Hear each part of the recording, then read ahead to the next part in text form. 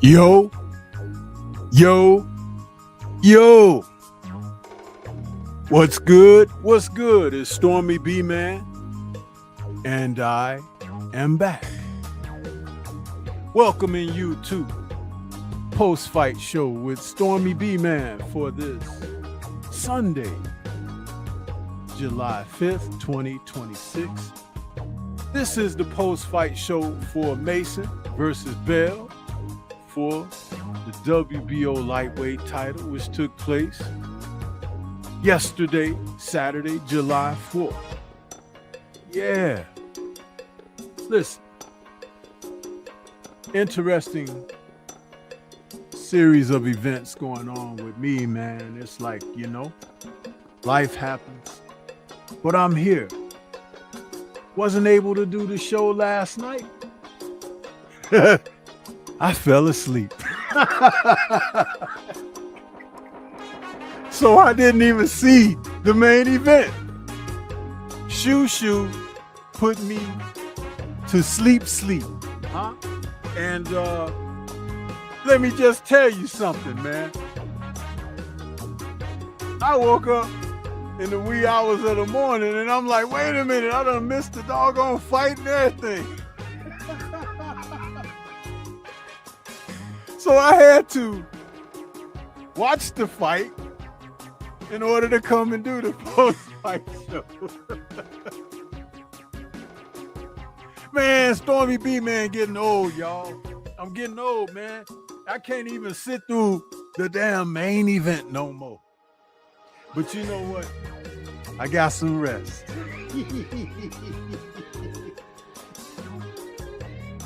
So salute to the family out there. Because I'm going to tell you something. Just keep on living and you'll see exactly what I'm talking about. Huh? You'll see exactly what I'm talking about, man. And I laugh at myself because you know what? It's just a natural thing. You think you're going to do something and God says, no, you ain't. Because I had everything queued up, you know, to do the show last night. It was already, I know some of y'all might have been like, oh, Stormy pulling a pump fake. But no, you know, it happened. Huh? I had to regalvanize, man. But you know something? I'm thankful to be here. It's a Sunday morning still here. It's 11:30 in the morning here in the Chi. And some of y'all it's afternoon already, and some is still, you know, sleepy time, wakey, huh? So we here though for the post-fight show, man. And listen, the TNT broadcast of this event taking place, of course, on Dazn, but knowing that Dazn and TNT, I guess there was a slight delay on the broadcast because they were in between the rounds beeping out some of the swearing from the coaches and cornermen. So I picked up on that early in the broadcast. You know what I'm saying? I'm like, oh, okay, I see what's happening here. But if Dazn and TNT want to do this right, man, just let it go, huh? Because they do it. Listen, if we could see two men kissing and two women kissing and in the bed with each other on your television channels, what's wrong with hearing a little bit of the profanity coming from the coaches coaching their fighters in the corner, huh? Yeah! So I just want to say it plain and simply, you know, it's like this is the world that we're in right now, huh? Don't be trying to censor one thing and don't censor those other things, huh? And that's on the real, right? I mean, some of y'all may feel me on that, huh? I mean, come on, right? So what's really going on? You know, y'all doing that foolishness out there. But man, what a great card this was. I really enjoyed it. Some of you may have really enjoyed it. I don't know. We're going to get to talk about it a little bit. But, hey, man, it is what it is, right? It is what it is. And that's what we're here for. We're here for boxing. We're here for a great time with our beloved sport, right? We're here for a great time. And just know that we're simulcasting on YT and Rumble, but you know what the deal's gonna be, right? After a short moment, we're gonna really do the Rumble, huh? But I just wanted to let people know and get it out there in the algorithm, because that's what's important, to be out there in that algorithm. We had some nice matchups yesterday on this card. It was well worth waiting for, tuning in to, and it's the kind of boxing that we look forward to. Listen, a young dynamic fighter like Abdullah Mason, he is part of the leadership of the new age group, huh? 22 years of age and a world champion. I do believe the current youngest world champion in the men's division of boxing. And he had a stiff test in facing Prince Albert Bell last night. You see, Top Rank, they tried to pull their little, you know, switcheroo on there because Bell was a last-minute substitute for Joe Cordina, who was having visa issues. Maybe not. You know, you just never know when you're dealing with these people in the sport of boxing. So coming in with basically a couple of weeks before the main event, you know, with these two men and Bell, who, especially when he was at the contention level at lightweight, he had people who didn't want to get in the ring with him, huh? Your favorites, huh? All of them guys down there at lightweight, including Shitty Cuz and Keyshane, none of them wanted to see Bell. So he comes into this really as an opportunity for a lifetime, you know, and he made the most of what he could. 33 years of age he is now. Very tall at the division at 6 foot tall and a 73-inch reach. Facing the youngest of and the hottest of the guns out there. This was a fight that we could really, really enjoy, man. And it was everything that I kind of expected it to be. It was challenging, as it should be for a young dynamite fighter like the likes of Mason. And listen, it just goes to show you what Mason truly is. Because had it been Cordina, some of you may not have even given credit, even though I know that Cordina is one heck of a fighter out of the UK. But Bell, you see, Allah makes no mistakes, right? He has been even elevated higher because of his accomplishment yesterday. You see how that works? We got a chance to see this young man shine, and in a most appropriate manner, because he was able to take on the challenge of this fighter who posed a real challenge according to what you all know, right? Yeah. So that's what we're talking about today, man. We're going to talk about it. Yeah, we're going to talk about it and get a chance to see what your thoughts are on this. We're going to do a quick roll call and see who we got in the building. Let's see here. I want to see. There was something. Want to be able to kind of put you guys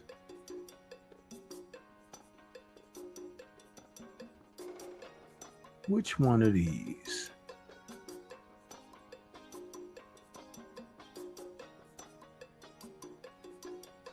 Okay.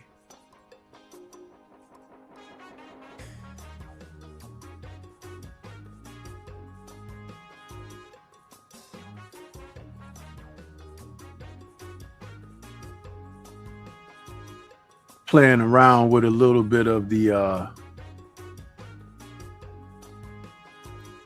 new things that StreamYard allows us to do up here. Got this nice little image that I put up of the combatants in the main event. Yeah. Get a chance to enjoy that with you guys. But let's take it from the top. Let's see who we got out here.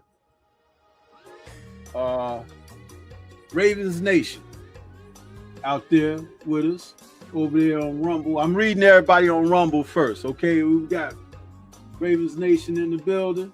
Jalen is out there. Stephen L. the Mac. Coach B. Hudson in the building. Salute to you, my comrade.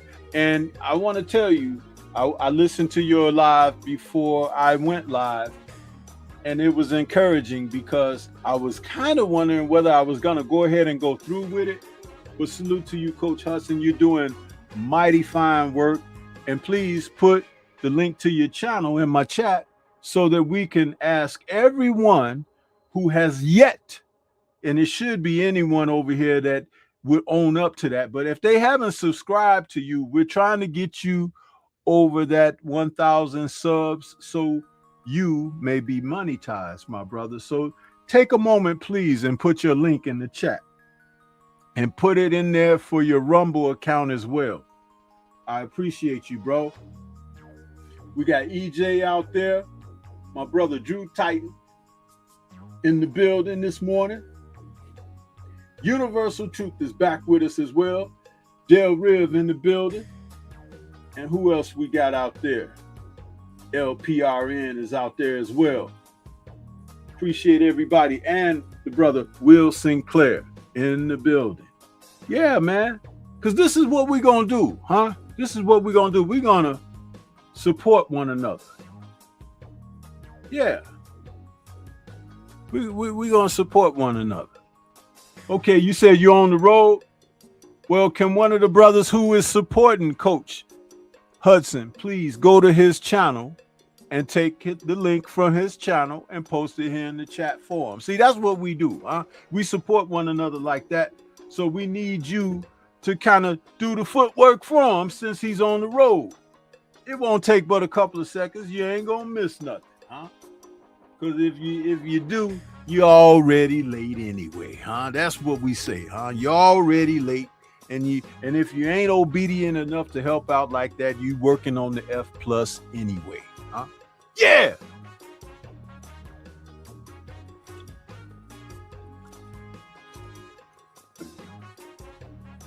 Yes, sir. So, and we're going to turn this into a call-in as well, because that's the whole point. Because usually it's answering the bell on a Sunday morning if I do a Sunday morning live. But it's worth talking about this because this is history right here. This is very much history. Thank you, Universal Truth and Stephen L. You brothers have supported and sharing the links to Coach's channels. And for any of you who haven't subscribed to his channels, please do so that we can make that move for another soldier out there to be a part of the process where he is rewarded for his efforts. Yeah. EJ out there with that Rumble rant says, shout out to the Mason family, all getting their wins on a glorious night of boxing. Heavyweight. Yes, sir. Thank you there, EJ, for putting some color in the chat, huh? It'd be nice and so nice if we could see a little bit more color in the chat, huh? But I know some of y'all bought too many cases of them wines and spirits yesterday, so you might be a little bit tapped out until the upcoming payday. But you know what? Let me tell you something. Sometimes you have to make a little bit of a sacrifice, huh? A little less of the wines and spirits, huh? And let the real spirit get in there, huh? The Holy Spirit, huh? That's right. Universal was out there with that Rumble rant as well, saying, salute, Sensei, supporting early. Laugh out loud. Thank you, sir. See, that hand has touched Universal. I close my eyes and say thank you for the blessing. Huh? Now pass that collection plate, huh? Yeah. But listen, man, getting back to the fight. Great fight card. We had a chance to feature all 25 Mason brothers, and they all had good showings last night, and they all look just alike. So you can call them, you know, usually when they speak of a group of young brothers, you know, they'll call them a clan, but we're going to call them the Mason clones because they all look just like each other. And they all can fight. So I better be careful talking too much because they might beat me up. You know what I'm saying? But I'm old. I'm a senior now, and they have to pay that price, huh? Yeah, they'll have records and you know, police reports. Yeah, but no, those brothers were pretty good out there, man. Let me tell you something. It's a breath of fresh air because remember, these are brothers with their dad involved in their careers, huh? And they are shining, man. They are doing the thing. Salute to Stephen L. the Mac out there in the Rumble rant. He says, praise the. Thank you. Thank you there, Stephen L. He says, I met them all. The father is just like me, meaning he a happy father. Yes, sir. Nothing wrong with that, brother.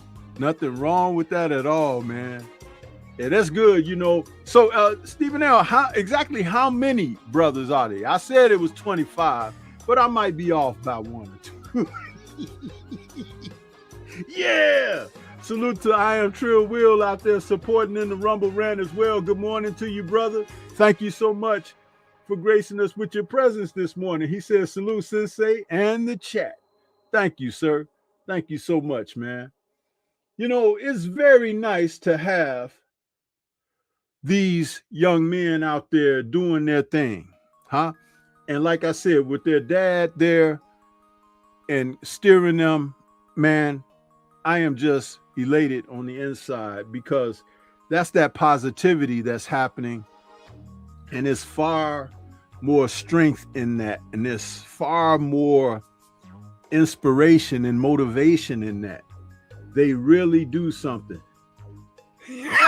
Stephen L. says, subtract 20. It gives you only 5 brothers. Well, let me tell you something about that, man.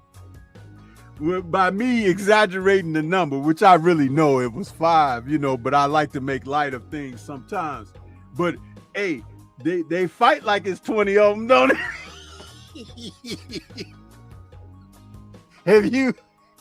If you got trouble with one, you can times that by 5, and there you go, 20. You see, I can count a little bit.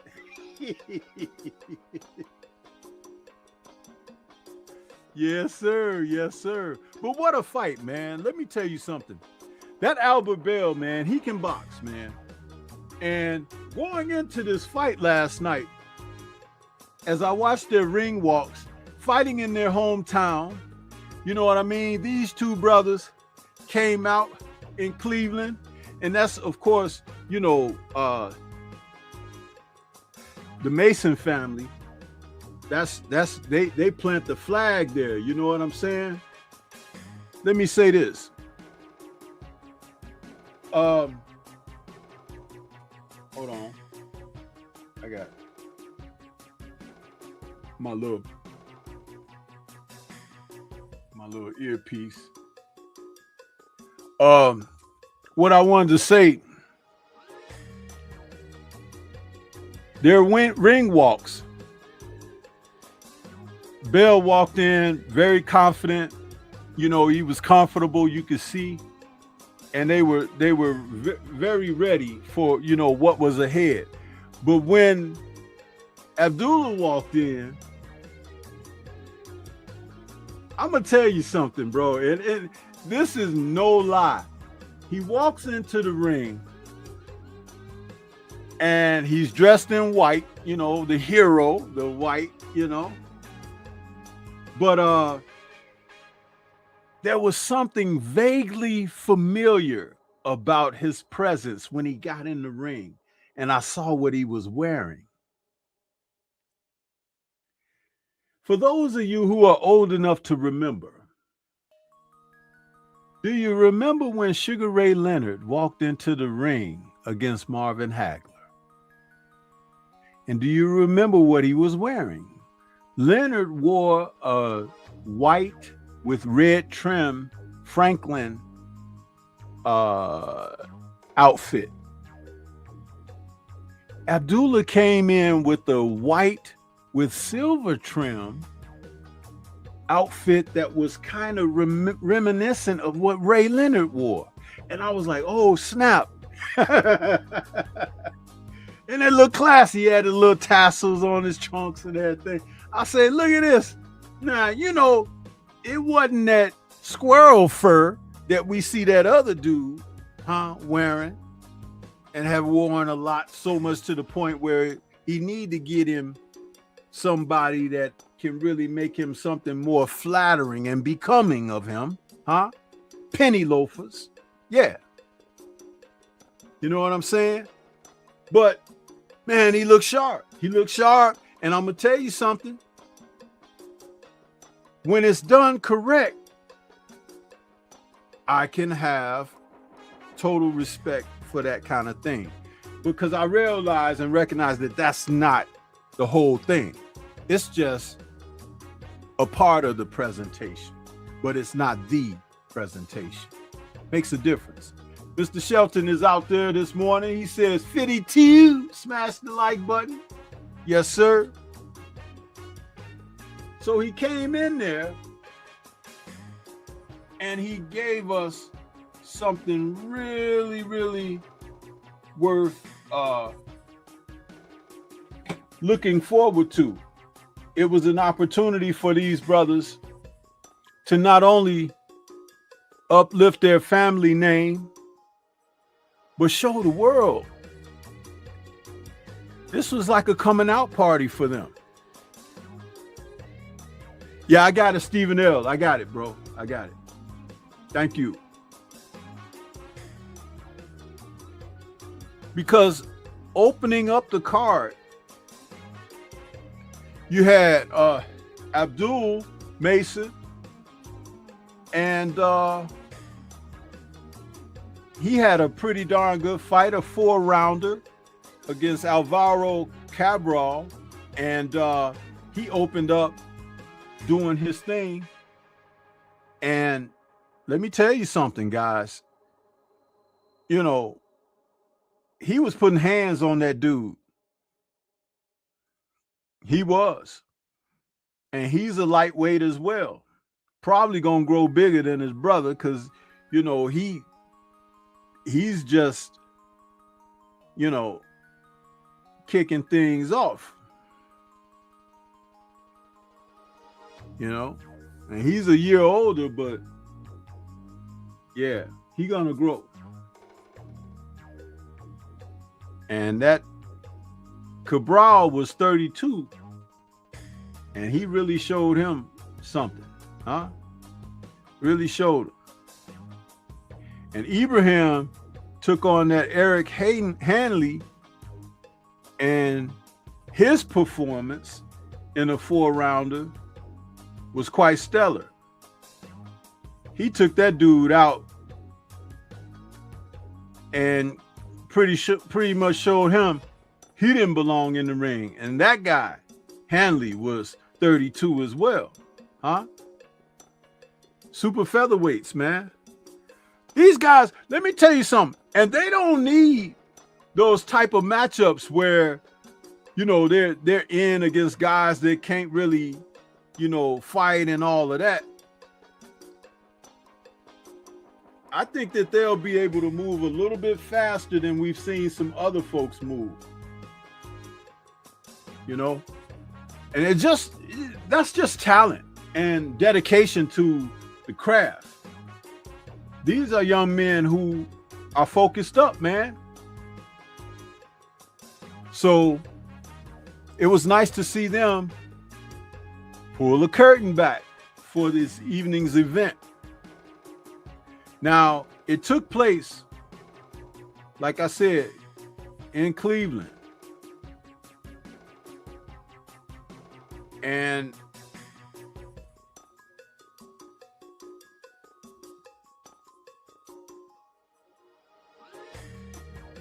the Wolstein Center in Cleveland. That place was packed out, man.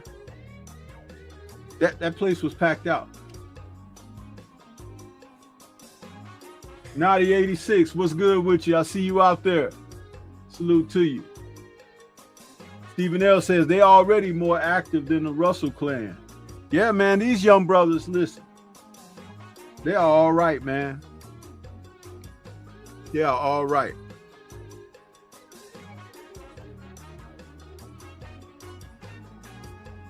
And they'll be able to do more just off of this. Now, Albert Bell, he had come in where his last fight was in August of last year, so he's been off almost a year against Keith Hunter, where he won a unanimous decision. And he fought out of Toledo in that fight.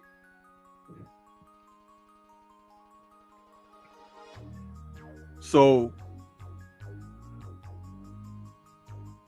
and it had been talked about how Bell is having difficulty getting, certain bouts, because nobody wants to lose to a real good, crafty boxer. It's not so much he's a knockout puncher, but he's a fighter who has boxing ability. 28 wins, and going into last night's fight, no losses and 9 KOs. So he's not noted as a knockout punching guy, but when he boxes as clean and good as he does, that's a hard fighter to win rounds against. Salute to LPRN out there, having gifted 5 subscriptions to the channel, man. Thank you so much there, LPRN. And we got, who was that? I Am Trill Will was gifted. Ravens Nation was gifted. Del Riv was gifted. Stephen L was gifted. We really appreciate that, LPRN. Thank you so much, brother.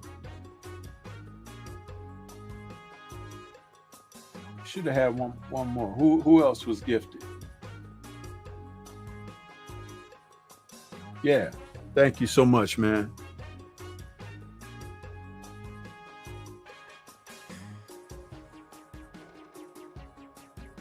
So, yeah. Now, Abdullah coming in, like I said, he was supposed to face Joe Cordina, which would have been a different sort of challenge, but he may have been able to get in there and have a more successful KO type victory against Cordina, because Cordina would have tried to fight him, I'm certain, but this was a stiffer challenge.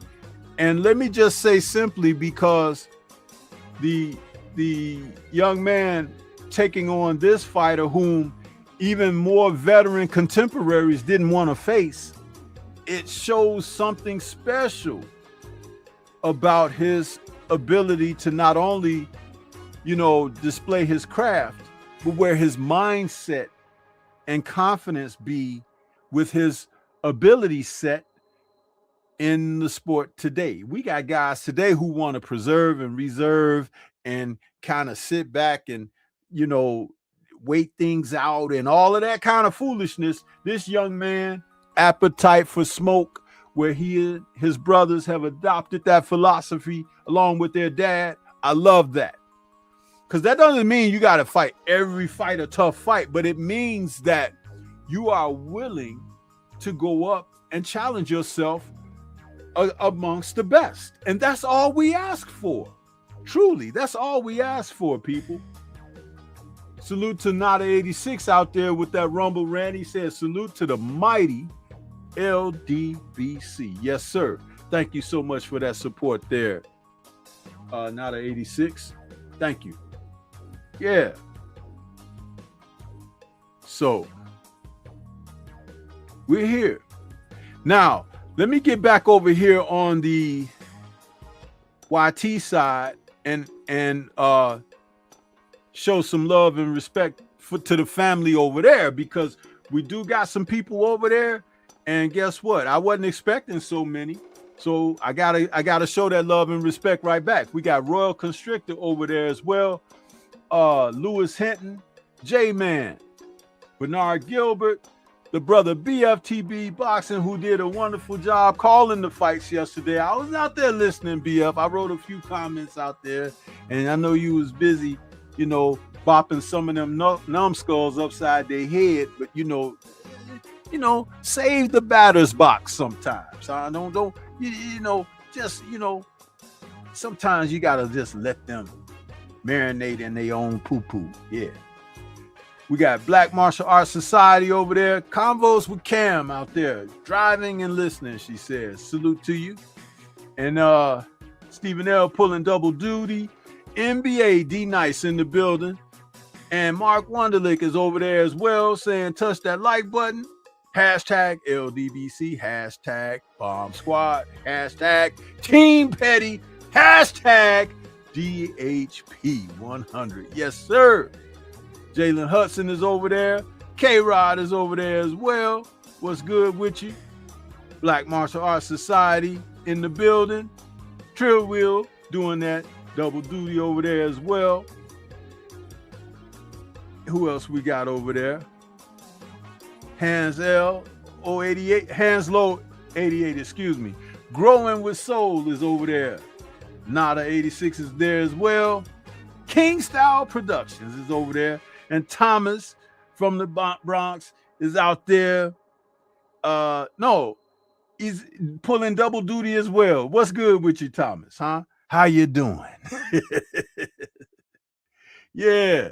He says, if this is a call in, I can call in. Yeah, I'll be opening it up in a minute there, Thomas. You know, we're going to get it going. But, you know, I just taking my time a little bit this morning because, you know, this is the thing. I'm not going to be doing these lives and everything as I was doing before, huh? I'm taking my foot off the gas a little bit. And y'all gonna miss Stormy B, man. I'm gonna tell you, because you know, it's a lot of ungrateful folks out here. You know what I mean? Trying to pour acid on the sensei, but that's okay because I have a wonderful creator, huh? That knows my heart. He knows where I am, huh? And that's how I will elevate. Thomas says, I'm here in Cleveland. I was going to go live and recap also. Okay, Thomas. Well, what we're going to do is, let me fix this up real quick. Let's see here what we got. Because I want to be able to put things in a certain way so y'all can see it.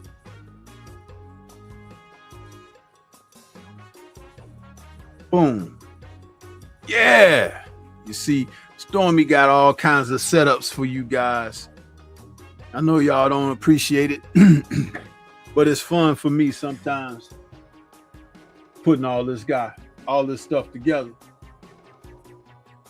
Yeah. Thomas says the official attendance is 10,101. This was great for the city of Cleveland and great for the sport. Yes, sir. Yes, sir. Yes, sir. Mm-hmm.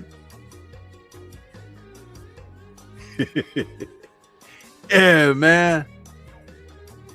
Let me see here. I gotta put this thing up here.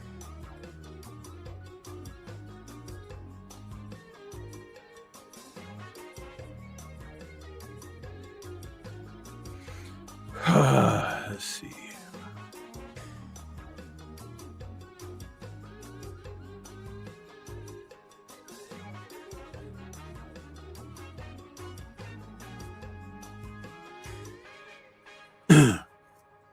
We're going to put the call in up there.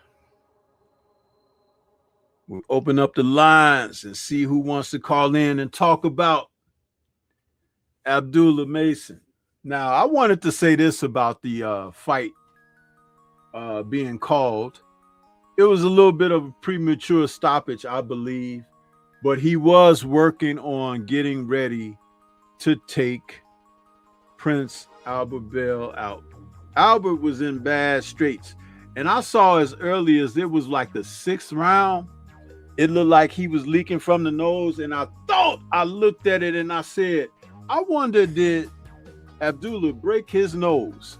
And sure enough, he said after the fight he was having trouble breathing, and it kind of took something out of him, and from that point he was just focused on trying to get up out of there. And that body work that Abdullah was putting in, it did a heck of a job. You know what I'm saying? Okay, we got 347 calling. Who's out there on the line? Welcome to the show. What's on your mind? What's good, Stormy? How's everything, man? This is Thomas from the Bronx. Yo, but I'm in Cleveland good, right now. Bro? What's good, man? You over there in Cleveland, huh? Yeah, I'm over here. I said I had to come. I told, one of the things I said, if Abdullah wins, a title and goes to Cleveland defend it, I will be there for that first title defense. So I fulfilled that promise, and I said I'm coming. And then Shoo Shoo's my guy. Yeah. And as I went Shoo Shoo, I knew Shoo Shoo was on the card. That was automatic. Yeah, So, man. Yeah. But it was. I mean, it was electric. I was really happy for the city. I was happy for the fighters as far as like, the support they got. I mean, it was tremendous. And what a lot of people don't know is like when they first started selling tickets for this event, the tickets were very reasonable. The prices were very reasonable, and they only opened up like half the arena that was available. Mm-hmm. But as they was filling up, because it filled up fast, they started opening up more sections of the arena, and that started filling up, and then the prices went up. So like, for example, I'll give you an example. Like one of the tickets, I had a ringside ticket. I was with my man DP Rocker, and that ticket went up 5 times more in price. Like when it was weeks before the fight happened, and still I don't know if they sold out, but at the end of the day, I think they would have sold out if they didn't open up more sections to be sold. But as people wanted, showed like they were, gonna support the event, they started opening up more sections. Like, oh wow, so it definitely did great numbers in my opinion, and I was happy for the fighters and the support they got. There was, Ohio was in there strong as usual. There was people from Toledo, and there were people from Cleveland, and then New York had a little section too for Shoo Shoo. Shoo Shoo brought his fans, so it was a very special event. I'm gonna tell you something. I was at the Xander Boots fight last week, and I enjoyed this one more than last week. Yeah. So, yeah. Well, that it's good that you were there, man. We had boots on the ground, and you being there, in the presence, showing that love and support for Shoo Shoo. Did you see and do you understand, because you were there live, what I meant when I said that Abdullah's ring walk and getting in the ring, I saw and felt channels of Ray Leonard when he fought Hagler, because that outfit he had on was a lot like something Leonard would wore against Hagler. Mm-hmm. And I was like, Did you notice that at all, or did you put that together? Because some people, I didn't put it together. I actually tried to film the ring walk. I got to see how the video came out, but his look while he was walking in, he was focused. Yeah, I didn't notice that, but I didn't. Yeah, I mean, and I got the video. I'll try to send it to you later before I post it, but I haven't seen how it came out. But I was like in the ring well. Every time the fighters came out, I tried to get them walking in, and he was just like, he didn't pay attention to the crowd because the crowd was trying to get to touch him and give him a high five, whatever. But he did not.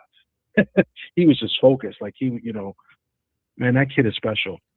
He is, and it's great because he's special in the right sense. You know what I mean? Mm-hmm. And this is not hype.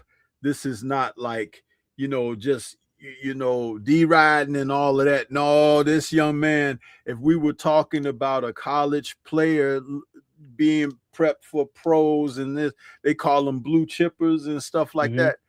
That kid is something, man. And I'm going to tell you something. The boxing world, these guys who are present in the sport around certain divisions, because it's not just lightweight to welterweight, but it's throughout the sport, even going up through the higher divisions. These guys who do not want to step up to the plate of opportunity and take on the real challenges, they are going to find themselves on the outside looking in when young fighters like this take over. Because this young man, the best thing that could have happened to him was what happened. That he was supposed to fight Cordina, and it would have been a different type of a homecoming scenario and everything. But he fought almost like the best fighter that he could fight to get respect from. Mm-hmm. And he won in great fashion. The referee, as I was saying, just as you were calling, may have done a bit of a premature stoppage, but it was coming because Abdullah had come on. It was still early in the 12th, and you could see that Bell was struggling. And when I say struggling, he could no longer ward him off. He wasn't strong enough to hold him, Mm-hmm. everything. And Abdullah, that I want to say that second win, that actually Bell's corner was talking to him about early in the fight. It was like they said to him, you should be getting your second win or something, like in the 6th round or something. I was like, that's awfully early for a second win. But anyway, yeah, you could go back and watch it on the rebroadcast. You know, you will hear them say that to him. But no, Abdullah seemed to be getting stronger as the fight went on. And he was able to psychologically separate and compartmentalize friendship, the threat of losing his title, listening to his dad's instruction in the corner and everything, and knowing what his job is and what he's got to do. You know, when we talk about fighters making adjustments, did you see the adjustment where he stopped going and head hunting and he started digging down low, and then when he got in close, he was mixing it up from up on down low and coming up top, and he was very effective with that. Yeah. And Bell could not ward him off. You know what I'm saying? Because he's not used to fighting, and I won't say used to. It's not his specialty fighting physically. His specialty is drawing that line in the sand and making you pay for trying to cross the line. But his plan after that is to try to tie you up and let the ref break you, and then you reset and all that. But Abdullah gave him none of that, you know, as the fight went on. And it even got to a point where Abdullah wasn't even worried about his counterpunching anymore. And then he didn't have to worry about the counterpunching anymore because he went into a defensive mode, meaning Bell, where he was just trying to defend his body because that work that was coming, it was coming heated, you know what I'm saying? So, but it was a pretty damn good performance. And like I said, it elevated the status of Mason. It's like you cannot take nothing away from this young man. He's not pretend. He's not all of these things that they like to say. He has done it, and it's for real with him. Yeah. And listen, like Albert Bell was the perfect opponent because he learned in that fight more than he would have learned with Cordina. You know, so like I think this was a good test for Mason. I think because Albert Bell was looking good. I thought he looked good in the first 5 rounds, right? Yeah, he was winning. It was interesting. Yeah, it was winning, and it was interesting to me the scorecards on some of these that are what I was hearing because you know I'm there live, so people were texting and you know people saying that Manning's his scorecard. And I was like, I didn't see that because I thought the second half was a totally different fight. If you wanted to give Bell maybe 5 of the first 6, I got no problem with that. I mean, it was a good fight, and Albert Bell, you know, he did some things. You know, he made Mason work. He made Mason adjust, and I think everything you want in a fighter to do in a 12-round fight, I think Mason pretty much did. I didn't, like I said, I didn't hear the corner. The corner, supposedly his brother told him he was down in the scorecards so in like the 10th round or something because they mentioned that in the press conference, in the post-fight press conference. And he was like, and they laughed, and he was like, yeah, it was just something to get me, you know, to work a little, to do more and try to get him out of there or whatever. Like he was explaining himself too. And I'll try to clip that. I have the clip, but it was, I mean, it was a great performance in my opinion. And he fought the right guy because I just feel if he would have fought Cordina, he might have got him out of there in like 4 or 5 rounds. But I think Albert Bell was a beautiful test for him and gave him a nice learning experience as well. And you know, he's going to only grow from this. And Abdullah's a special fighter. I just, if you're not a fan of Abdullah, then why are you even like boxing? Like, I don't get it. You know what I'm saying? And I really hope, you know, for the city of Cleveland, they do again. I hope, because of the numbers I hope they bring him back and they put him on another card and sell out. Not sell out, I mean, hopefully sell out, but do great numbers again because they deserve it and he deserves it, you know. And his brothers look pretty good too in the first couple fights. I don't know the names, the first names. I'm not gonna lie to you. It's Ibrahim, and the other one is Abdul. Okay, and I think Ibrahim got the stoppage, right? Yeah, Ibrahim got the stoppage. Abdul was in the first fight. Yeah, but Abdul was with a guy that was tough. That guy, Yeah. he took some shots and he just wouldn't go down. Yeah. I mean, so credit to that guy he was fighting. He was put in there with a really tough guy, you And know. they were So both 32. And yeah, Bell is 33. So all three brothers fought men who were basically a decade older than them. You know yeah, what I mean? yeah, Meaning yeah. so much more Yeah. life experience, not in, Hmm. even if it can come down to boxing experience, but life experience, meaning that a young man has the wherewithal to think about things, you know, psychologically and handle himself in a manner of which he can make the adjustments. You know what I'm saying? That's admirable. Yeah, And yeah, that's another testament to their dad. It truly yeah. is. Their dad is one of the nicest guys you will ever meet.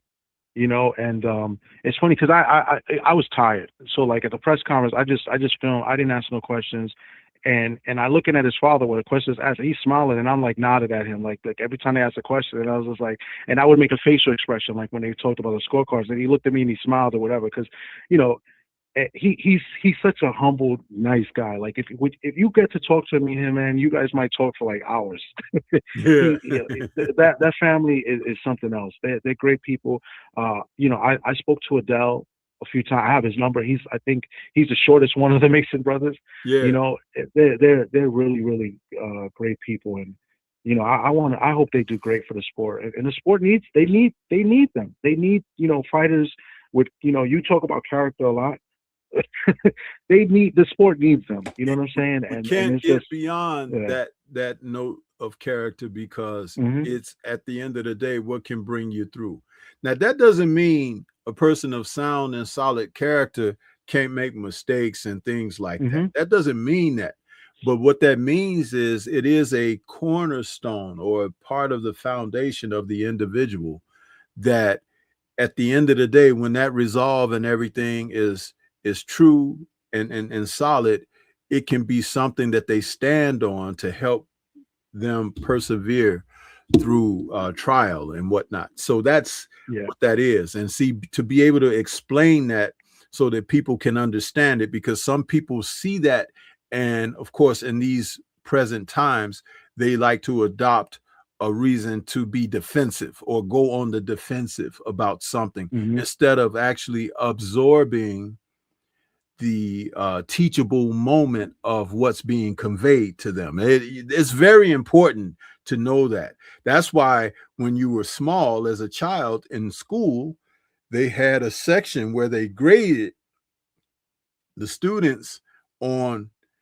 how you work during the class setting, as well as how do you work on your own. You used to get Yeah. graded on that. I don't know about today, but back then, in those times, especially when I was coming along, there was a section in your report card where you were graded out on that. And a lot Hmm. of people failed in that area, whether it was both sections of you work well with the group as well as alone. Some people failed both, or some people were stronger working alone and didn't work well with a group, or some people work well with a group but not well at alone. And guess what? Those are beneficial observations because it speaks to your personality and it speaks to where you may need shoring up. Yeah. And a proper teacher can take those areas where you were slight and work on those aspects to build you up as a person, if they were a good instructor or not. And see, we miss that. And even here in boxing, as a coach and trainer, you need to be able to identify these things as well, because Hmm. your fighter, you can have a person who is shut down and could be the best out of your gym, but because you haven't taken the time out to unlock those locks, that they're only going to go so far. Yeah. Yeah. But once you unlock those locks, the possibilities are limitless because they become more interested in what you have to teach, what it's going to feel like to be successful after taking your knowledge and incorporating it in their activities and in their actions and things of that nature. And then you also are helping them to develop themselves, where confidence comes in and the mindset to think and to have uh, resolution skills, to be able to solve problems and issues or whatever, and to think their way through things instead of being emotional about things. You see what I'm saying? Yeah. Absolutely. You know, two things real quick, and no, 'cause I can't stay too long because I gotta go. But I want to point out it is true what Stephen Eldermack says. He saved Abdullah Mason from falling in the ditch last summer, and he might have saved his career. But at the same time, he was trying to get a picture with Abdullah and put him in dangerous situations. But he did save Abdullah. That is a fact. He did save him from falling. And then the second thing, I noticed a comment in the chat about DB3 take notes. He's absolutely right. I mean, there's no comparison. And I like Keyshawn a lot, but he's a knucklehead. And when they did that homecoming last year, there's no comparison. And that's what I'm going to talk about when I get on the radio a little bit later. Is I'm going to compare, the homecoming to Virginia and to the homecoming to Cleveland, and there is no comparison. And there's such a genuine love between the brothers. I'm not saying that Keyshawn doesn't love his brothers; they don't love each other. But the way in the post-fight press conference, the way Abdullah's like, hugging his brothers and talking to the media, like there's more genuine love and respect, and it's just something special about these guys, and I can't talk about it enough. I've never even talking about the fights. I just love the sport so much, and then these are the things that I love about it. Is like when you see a fighter and fighters just come in and do what they got to do, and they're humble and speak so nice, and they want to fight the best, and they're not doing any foolishness or saying any stupidity or whatever. Listen, that's what the sport needs. You know what I'm saying? And then at the end of the day, if you could sell out or put fans and butts in seats, then you know what? That's a good thing too. Because there's a lot of fighters out there that can't do that, bro. They just can't.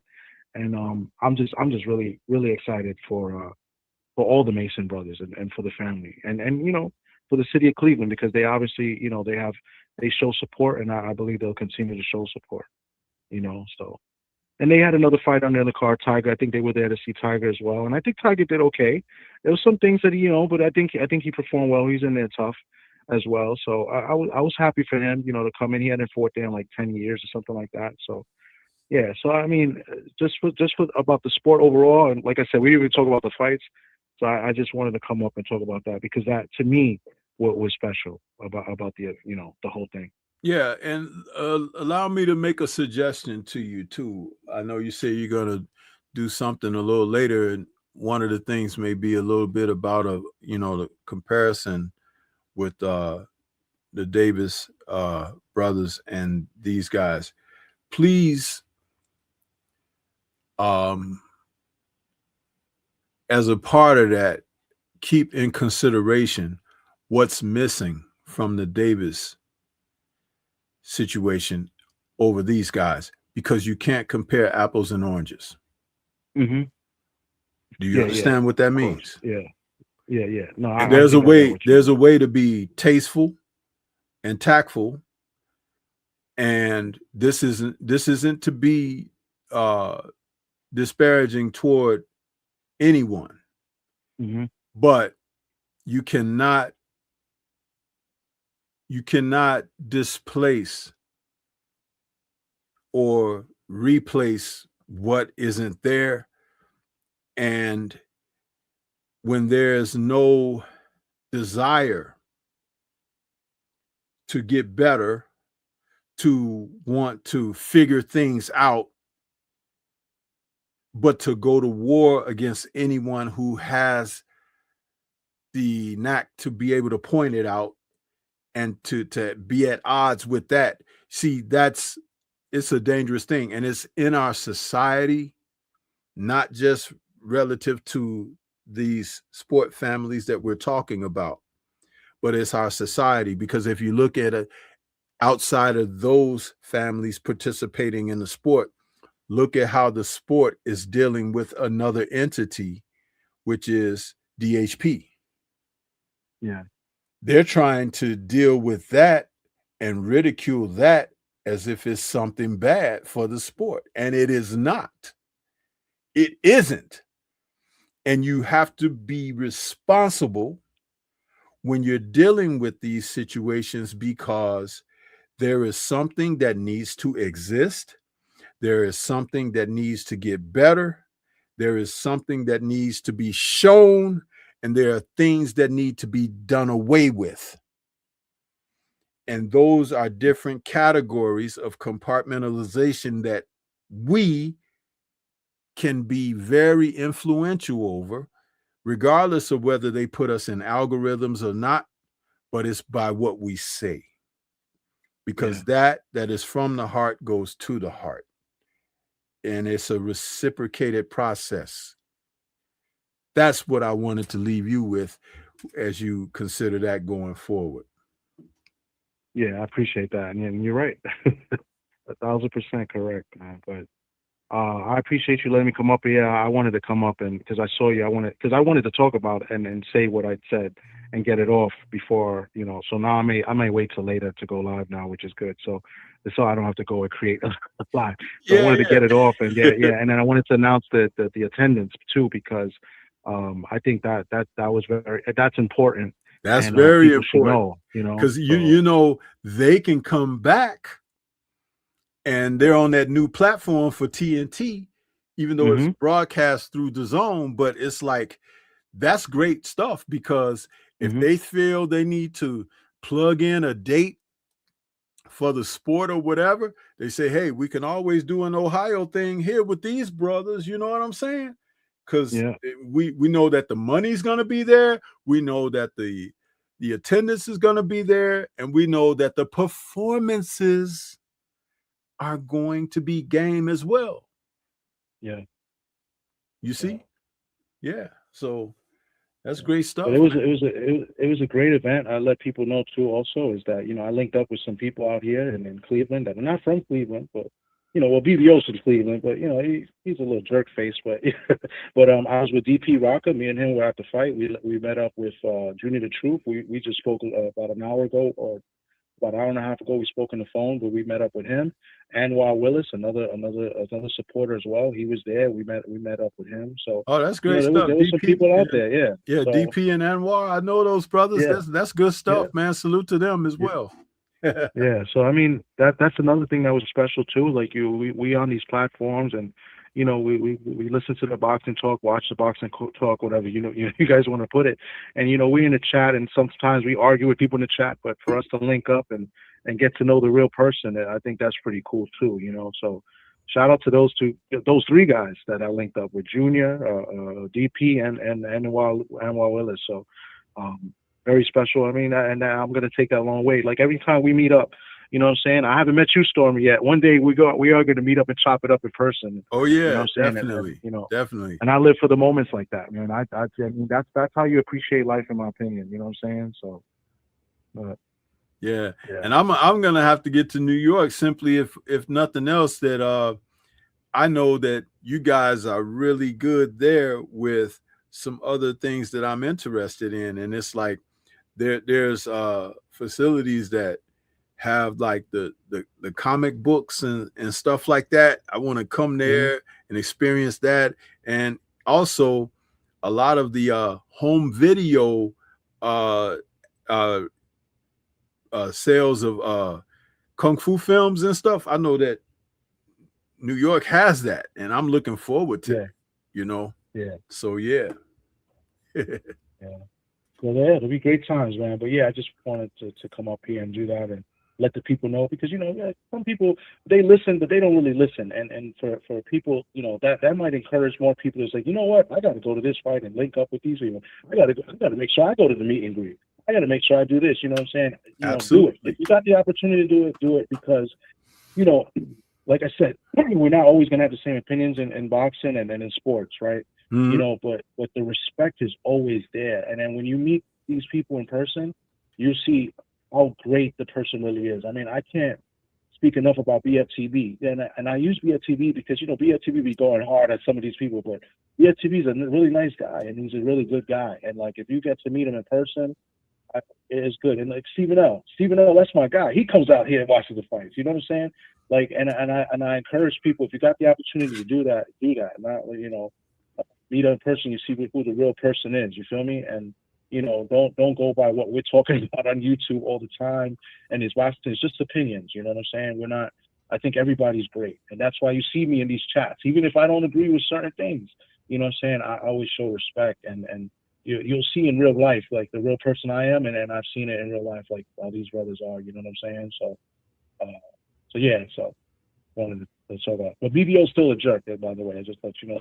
But other than that, yeah. But yeah. So I appreciate you, Stormy, for letting me come up and speak a little bit, man. Oh, that's great stuff, man. I appreciate you as well, Thomas, man. And like I said to everybody that comes on the show, don't be a stranger, because the best part of having you guys come on and start it, that's when the show starts, to have the conversation, to talk boxing.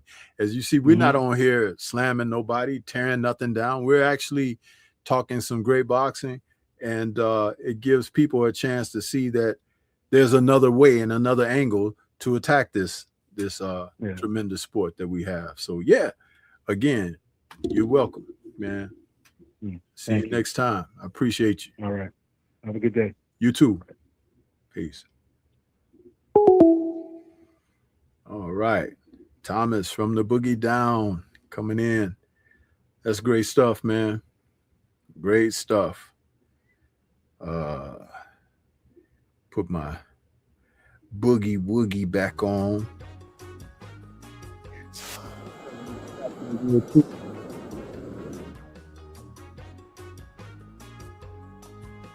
But yeah, it's what we do.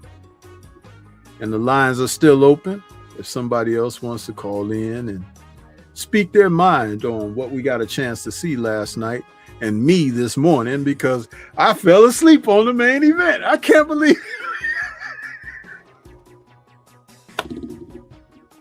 man, I felt so embarrassed. I woke up. I was like, damn, I missed the fight.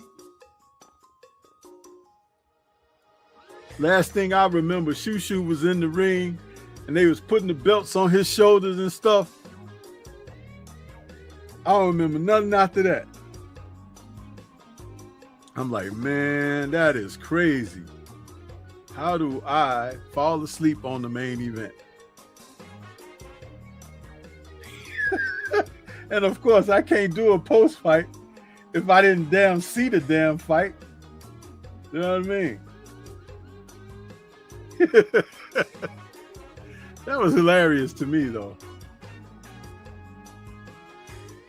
I was out like a lamp, man.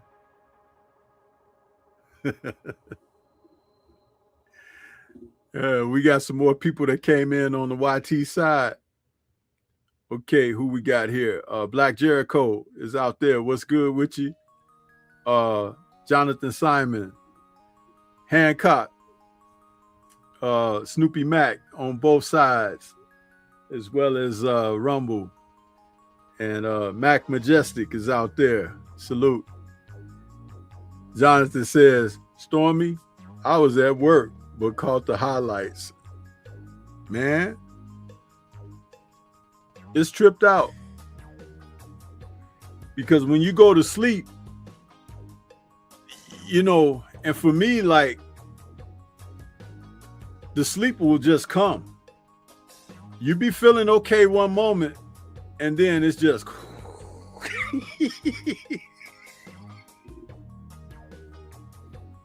man, I can't tell you. I know it is from. It's from all those years of like trying to stay up, trying to see everything, trying to be. It's like when you get older, your body just say, you know what? Lay it down. Lay it down. Mac Majestic says, laugh out loud. That's crazy. It's our age, man. Can't hang anymore. That's right. That's exactly. Sticks and jabs. Salute to you.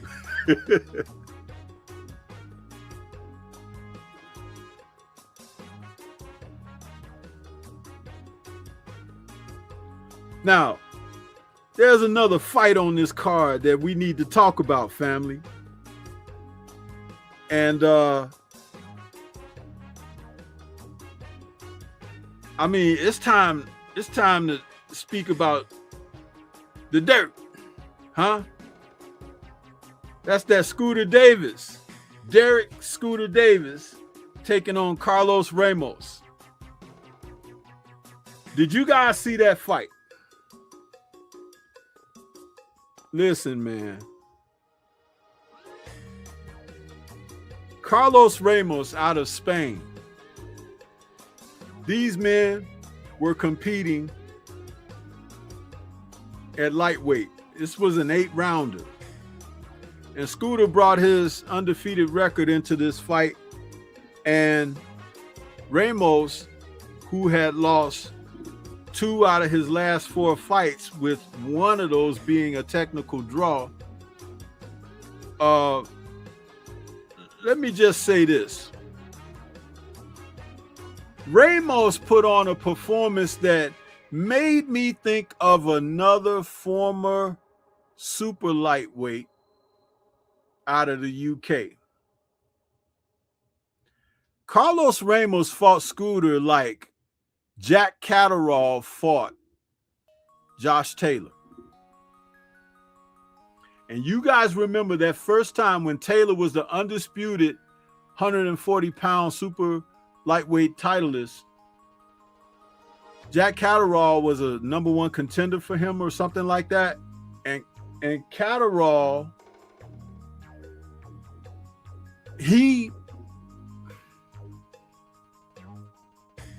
Catterall beat Taylor in that first fight, but he even knocked him down. But they did not score that fight for him at all. They scored it for Taylor. And it was one of the weirdest decisions I had ever seen, because it was the first time Taylor had been down on the canvas in a professional fight. But Catterall, that's the fight that really turned me on to him. I had seen him maybe one time before that, but I observed how he boxes, and I say, he's a throwback. He boxes like an old school fighter. Listen, Ramos fought Scooter like that. Scooter came out early. In fact, I got my scorecards here. Scooter came out early, and you could give him, I gave him the first round, but you could possibly have given him the second round, maybe, no, but I gave Scooter 1 round in that 8-rounder, guys. Ramos was outboxing the hell out of this guy. And when they announced a unanimous decision with scores of 77-75 and 78-74 twice, those scores could have went to Ramos, not Davis at all. This was not even a draw. He didn't win enough rounds, meaning Scooter. He didn't win enough rounds for this to be a draw.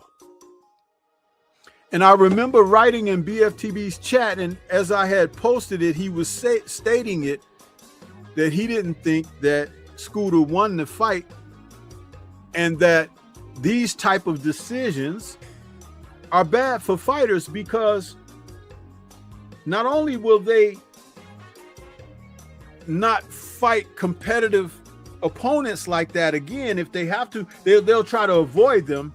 But by not giving him the loss he deserved to have on his record, it doesn't force him to go back to the gym to get better, to get to resolve the issues here. You can guarantee, like, going forward, if there's another fighter like Ramos that fights in that style or anything, they'll just bypass the guy.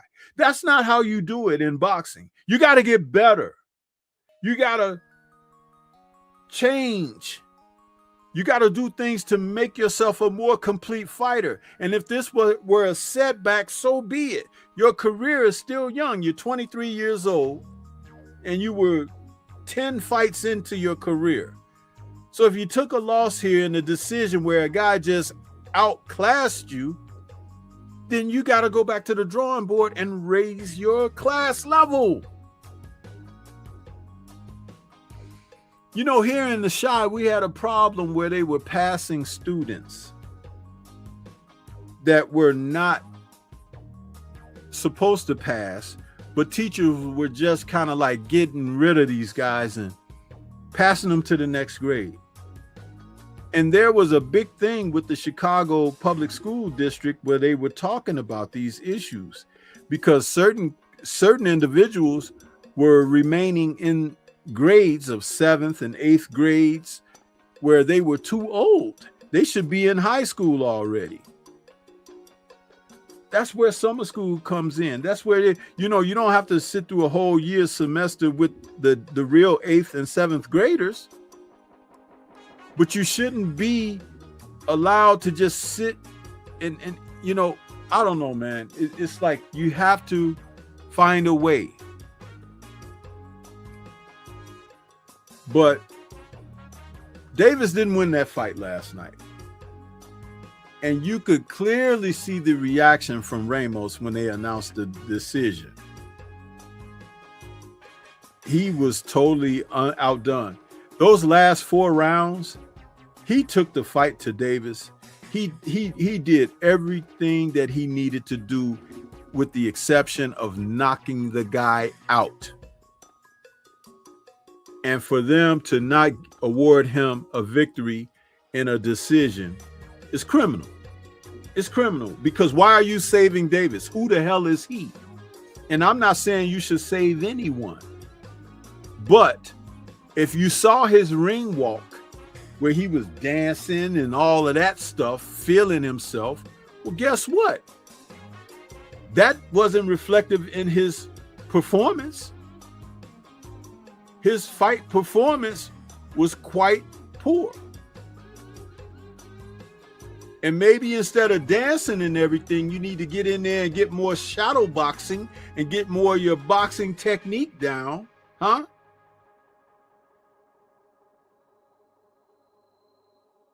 No, man. I ain't feeling that one. I ain't feeling that at all. That was a horrible performance by this guy. Horrible.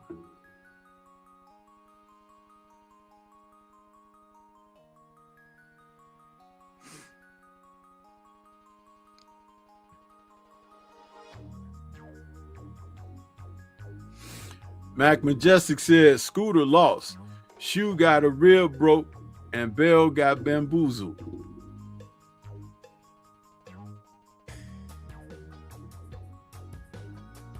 And who is that? 10-round New York KO says salute and respect, Sensei. Right back at you. Jay Grant Jr., what's good with you? He says, yep. Jonathan Simon says, I thought he won too. K-Rod says, those scorecards were trash. Absolutely. Absolutely. Jonathan says, yes, out here they had freshman students in high school still taking junior high courses. It didn't make sense. Yeah, man, it's ridiculous. Passing people along. And Jonathan Simon, you said out here. Where is out here? Where is that, if you don't mind me asking? Snoopy Mac says, facts. That's just like cheating off someone else's homework that sits next to you all the time. And that person stops coming to school or gets moved. Yeah. Oh, okay, iRock. Okay, I got you, iRock. Louisiana. Okay, Jonathan Simon. See, and this, listen, man, I am so sick of this in boxing. I want the guys who earned their decisions to receive their reward. Ramos earned that. He sure did. The first round, it looked like Scooter was on top of him and everything. But in the second round, he started backing up, countering Scooter very clean and sharp. And it just got better and better and better as the rounds went on. It was a great performance. A lot like if you go back and you watch Jack Catterall's first fight against Josh Taylor, it was the same type of performance. The exact same. The only difference was Catterall did put Taylor on the canvas as well. And then they just totally gave Catterall a loss off of that. It was ridiculous. I don't know, man. But hey, guys, the call-in line is still open. Anybody want to call in? Let's talk about it. You know, call in.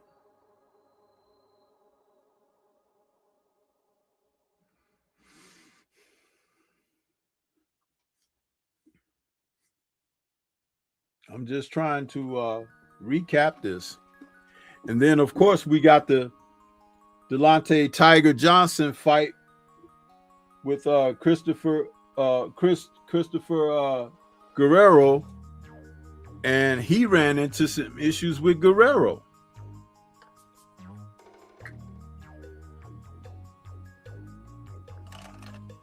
Now Guerrero could take a shot because Tiger was hitting him with some fire, but Guerrero wasn't as active offensively as he needed to be.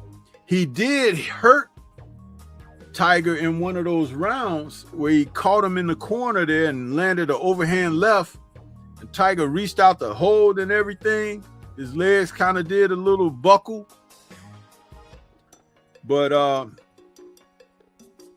he won a decision, but it was what Guerrero wasn't able to do more so than what he did, because I looked at that and I was like, that fight was totally there for Guerrero.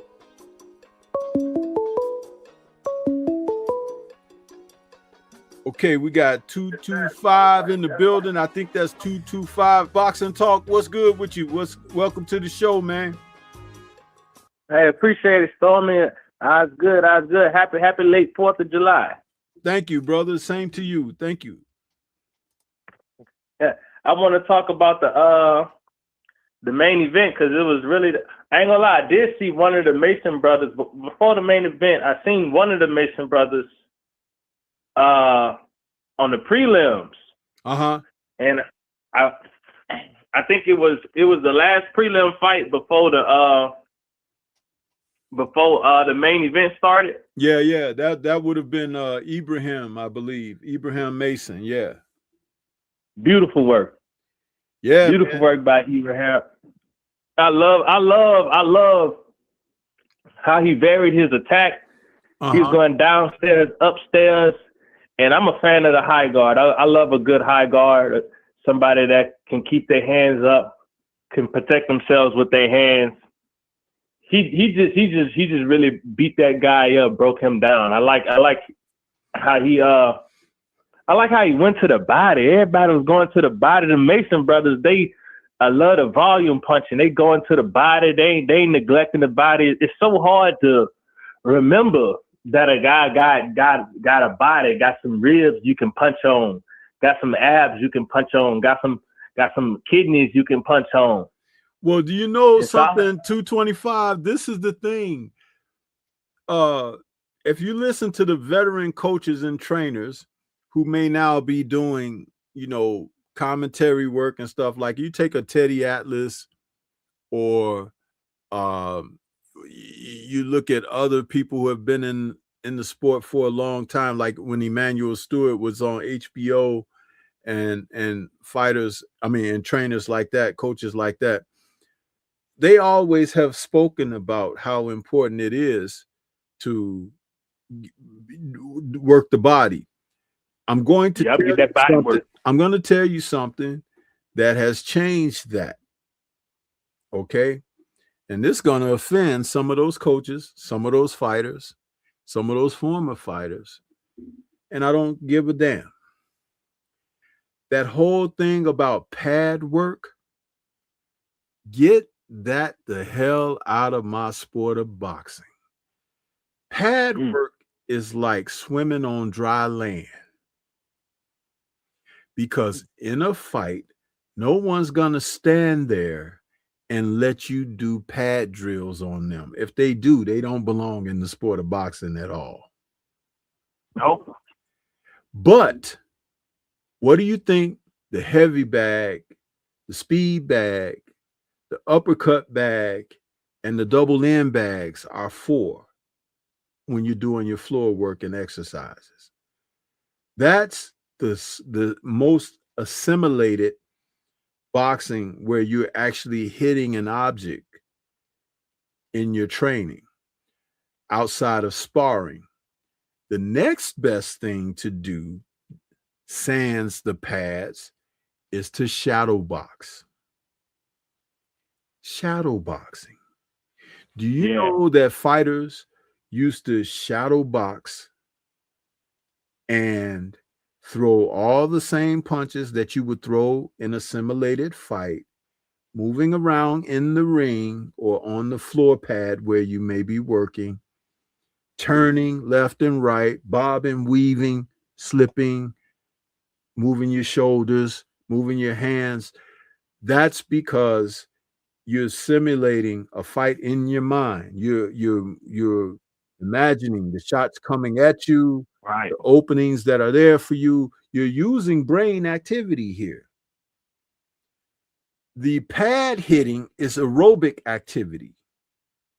There's not much brain process that takes place in that because the coach can't put the pads up somewhere for you to hit and everything all of a sudden, and you just got to hit it when you see it. No, because you might end up hitting them. So that it doesn't work that way. When fighters it's not as efficient as your imagination. When fighters used to warm up, they do so many rounds of shadow boxing to warm up, and then they go to their floor exercises. If it's a day off from sparring, they get in there and shadow box for certain amounts of rounds of sparring, simulated shadow boxing. And guess what? When you're doing it properly, you will break sweat. You will be drenched if you're doing it properly, which is why you used to see guys like Evander Holyfield and Mike Tyson and other fighters even going back before their era. When they warmed up in the dressing room, they weren't warming up on pads. They were warming up with their shadow boxing, bro. You understand what I'm Yes, sir. That damn thing with pads, like I said, I wish I could just take them all and just burn them somewhere. Because once you do that, then that means that the coaches have to actually teach. And it's very convenient for somebody to stand up there and hold pads for you and put you through simulated drills. That's all aerobics. That's all that is. I am not an advocate of that. And I've talked with some of my colleagues about it, and they say, well, you know, Stormy, you make a certain point with that or whatever, but it's like it's been drilled into modern society that that's a part of boxing. Ain't got nothing to do with boxing. You might as well do that. Oh, remember when Billy Blanks in the 80s used to have a Taibo? You might as well get up and do Taibo drills. 1, 2, 3, 4, kick, 5, 6. You know what I'm saying? You might as well do that stupid stuff. Yeah. Now try it in a real fight and see what happened to you.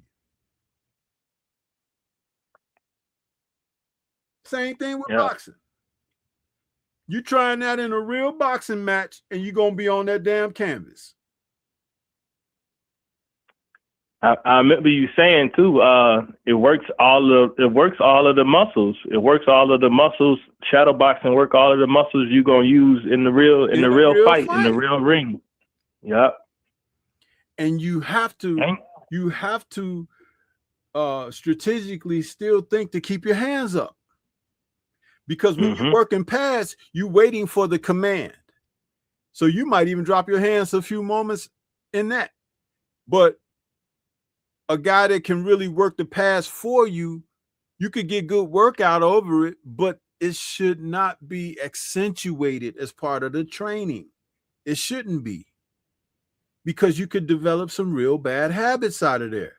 Do you know that a lot of guys won't even work their jabs because they're so used to the coach holding that pad up, like, give me 2 jabs here, give me 3, give me 1, give me a double jab, give me 1, give me a hook off the jab. You know, it's like you're doing that. It's robotic. But in a real fight, your jab is supposed to be first to probe for openings. Secondly, right, your jab should be an offensive weapon. Third, the jab should be something that'll stop anything that the other guy's trying to do immediately.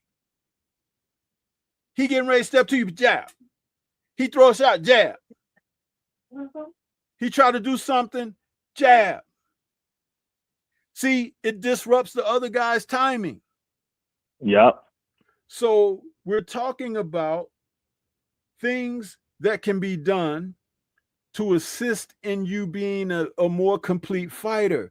And if the coaches and trainers aren't giving you that, then what's happening is your learning curve is diminished. Once last night's fight, once Abdullah started seeing the success behind what his dad was telling him, go to the body, start working that body, and he started getting success out of that, then you couldn't stop him from going to the body. You know what I'm saying? Because it was working. Yep. But he was working off of proper information that was disseminated to him. Yeah, he was told the right things to do. That's why you go back a week ago and Xander Zayas in there against Boots, his trainers weren't telling him the right things to do. And I'm not speaking ill against Boots. Boots did everything he was supposed to do to end up being victorious. But Xander is much more talented than what he showed in that fight. All he had to do was start moving around, especially after he got dropped in that first round, right? Start using his lateral movement and everything, because that's what he does very well. And he punches off of that very well. And guess what? Boots is a flat-footed fighter. They'll have you believe something different, but it's not a falsehood. He is a flat-footed fighter. So if you're making him pick his feet up and you moving around left to right and you shooting that jab, pop, pop, and you stepping over out of the way before he can even counter, then he might have to take certain risks to get to you. And when he take the risks to get to you, then you could do things to him. Right. You capitalize. But see, this is boxing 101. And they're not teaching. They're not giving these guys the keys to be successful because they don't know. And they're very limited. There's nothing that I said that is a falsehood. Everything I'm telling you is the truth. It's a fact. But these guys, the way that they work, and they work out of convenience.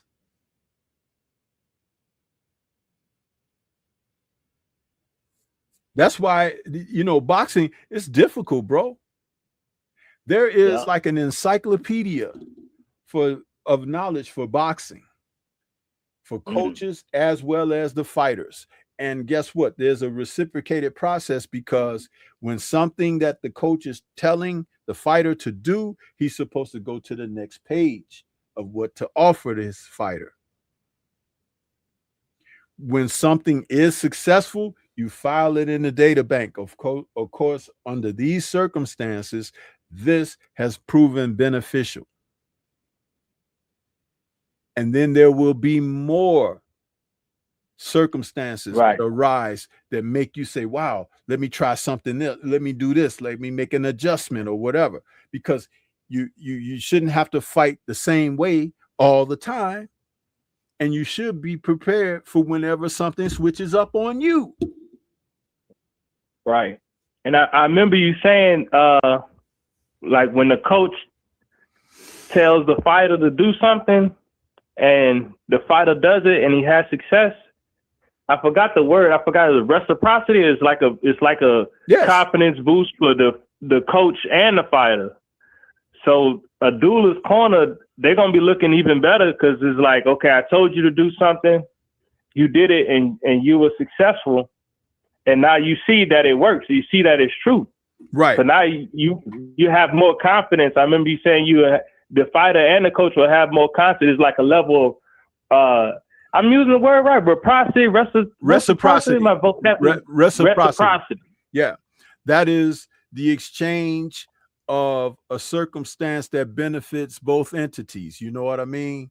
Yeah, I give Right. you this, and out of that, you do that, and give it this. I am awarded or rewarded for that effort in this, and you benefit in that. You know, it's a give and take exchange, but it is for a mutual benefit. You know what I mean?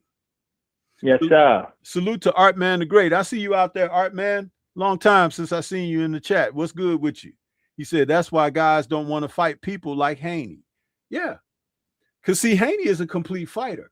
It's just that there are not enough of those guys to step in the ring for him to show it.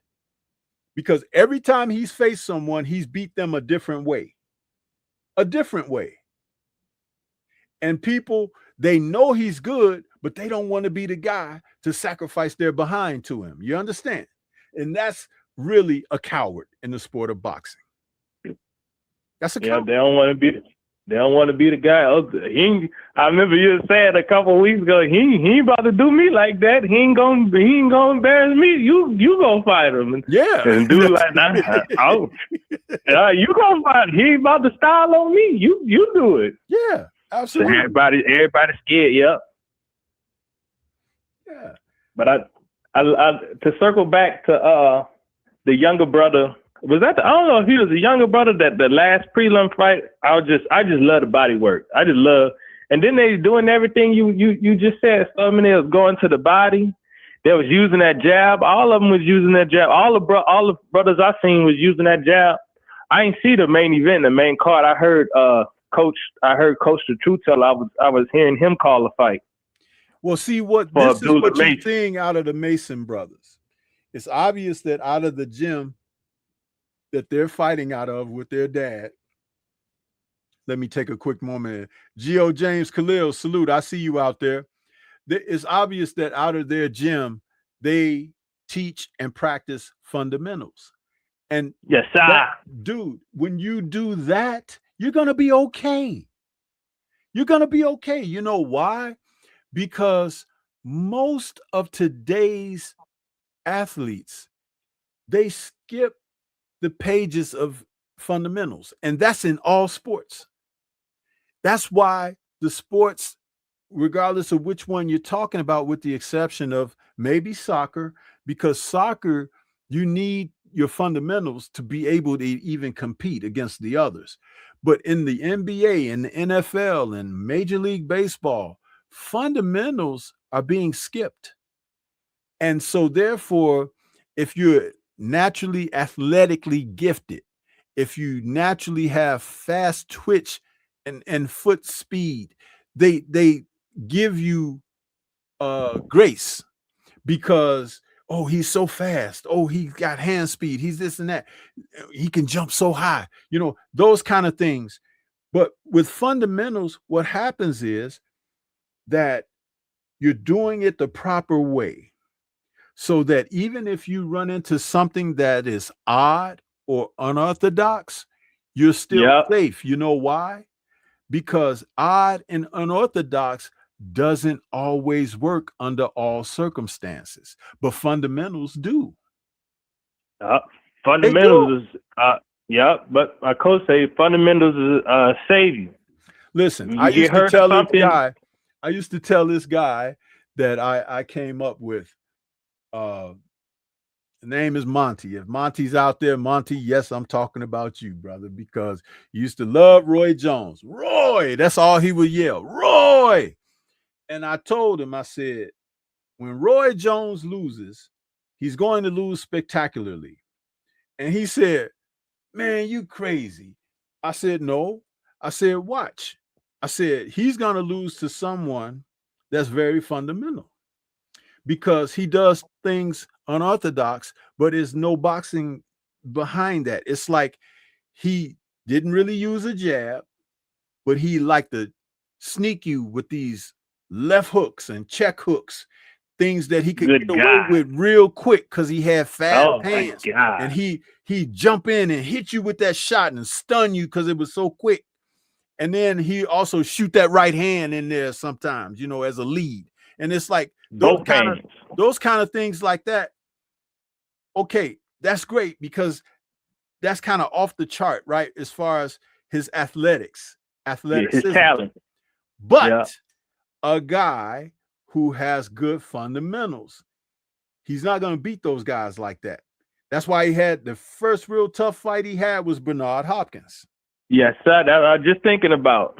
He didn't foul on Bernard. Yeah, but this and I feel like if Bernard, if he would have pushed the pace a little more towards the end, he might could have got the decision. But I remember. No, what happened is Bernard got to a point. It was like around the 7th, maybe the 8th or 9th round.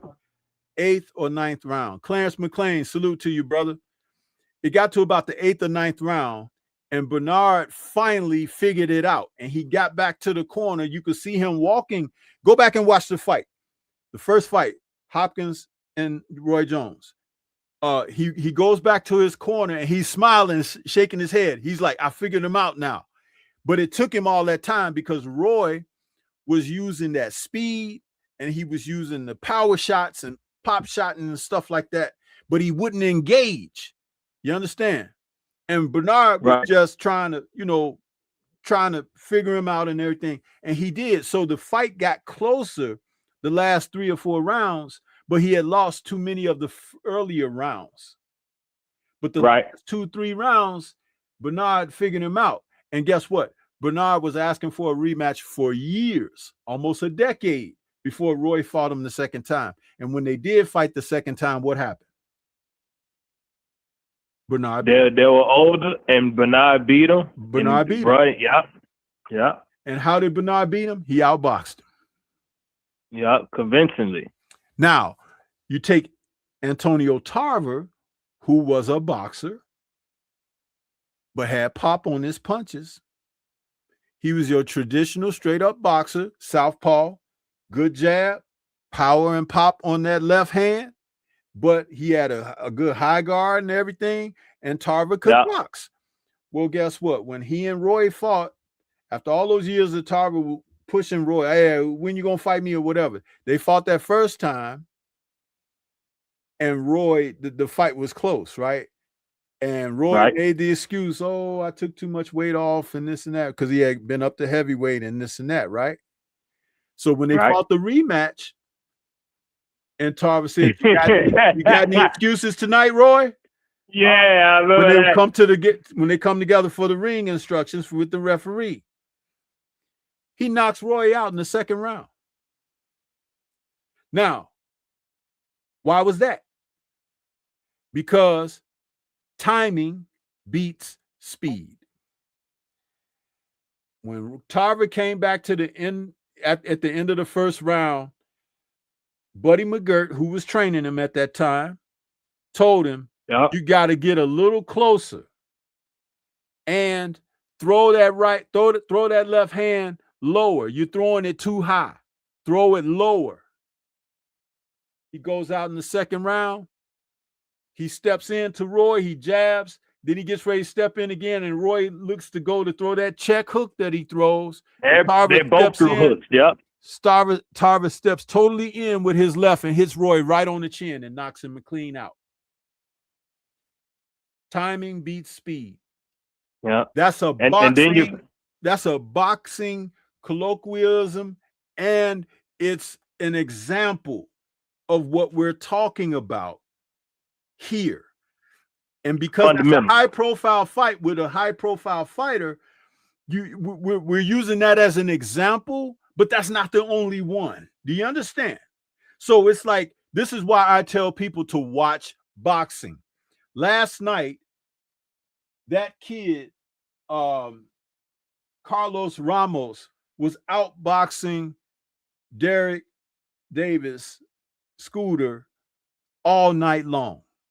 And Scooter got to the point where he wasn't even being as aggressive as he was in the first round, because the guy was hitting him solid. And he was trying to be, he was putting up a front like, I'm good, I'm okay. But he wasn't okay, because Ramos was hitting him solid, but he wouldn't step in to commit totally where Ramos can really nail him. And so he played this game, and then the judges give him the fight. I'm like, wait a minute. He didn't even put in the bulk of the work. Ramos did. But see, this is why I said he should have lost the decision so that he'll go back to the drawing board and say, this is where I messed up. Let me get better. But because you gave him that decision, he's not going to go back to the drawing board and try to get better. What he's going to do is not fight guys like that no more. You see? And that's bad. Yeah. You give him a reason or an excuse to duck for future opportunity.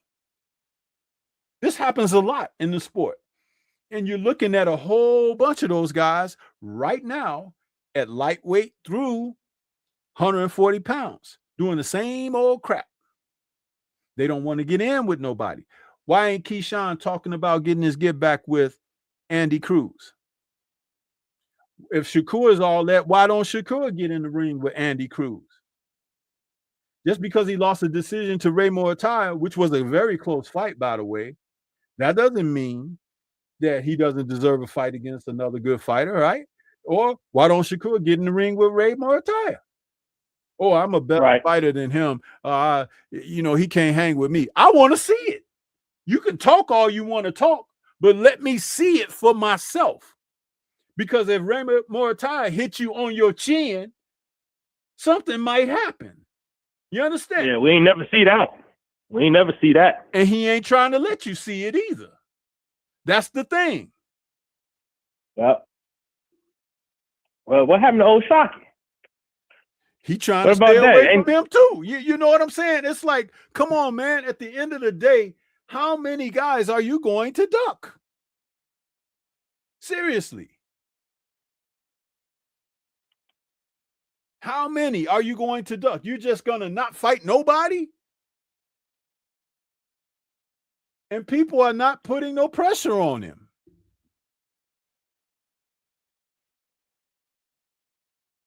He just got his pound for pound status, and he okay with that. He on Ring Magazine pound for pound status, and that's all he needed.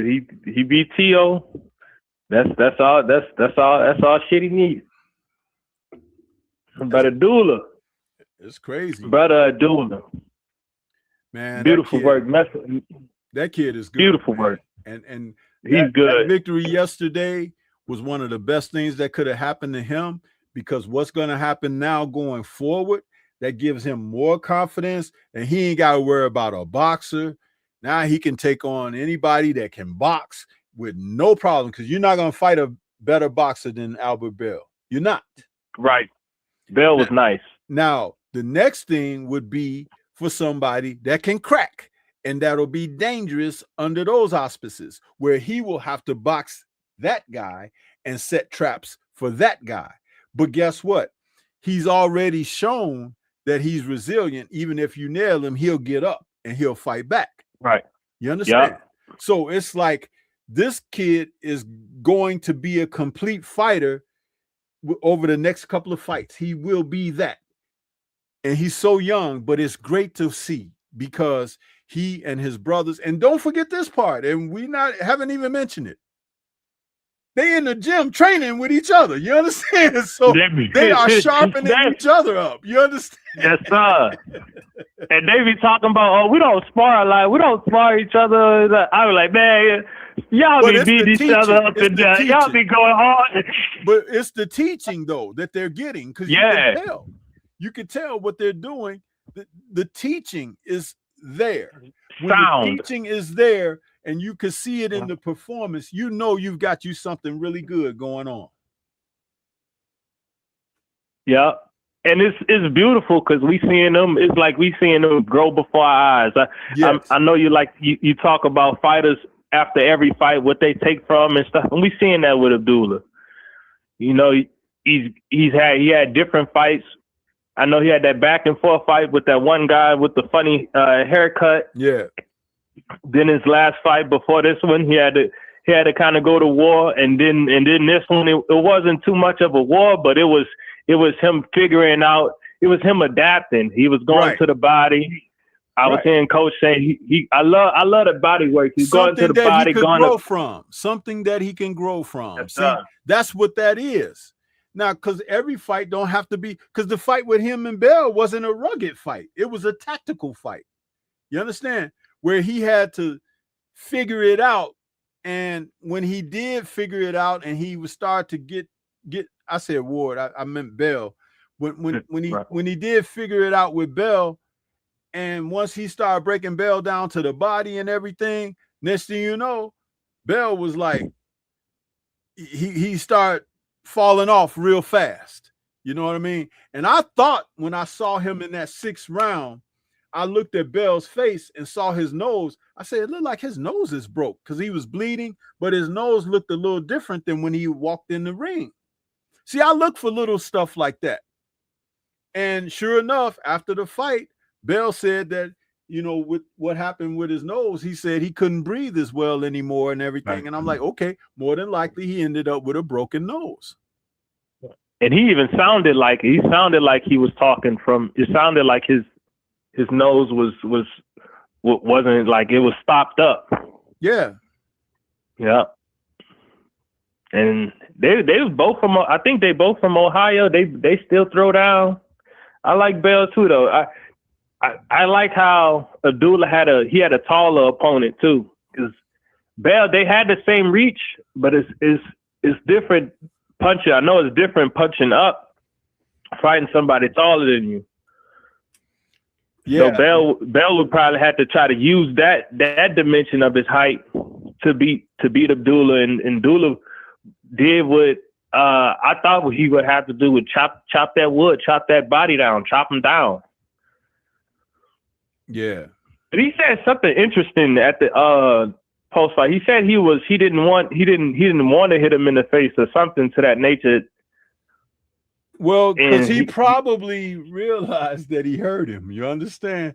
And they're friends. And the thing is, you know, at the end of the day, which gives me even more respect for Abdullah, because he still found a way to win against a good friend of his without hurting him too bad.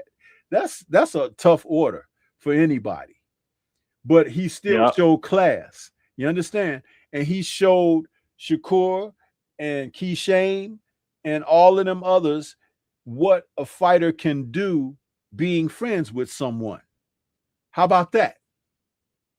Yeah. Did he not show that friends can get in there? Oh yeah, he showed it. Yeah. They both showed it. Friends can fight. Yeah. So friends what is this thing about my brother? Oh, we sleep head to toe and I will never fight him and this and that and that. Get out of my sport with that foolishness.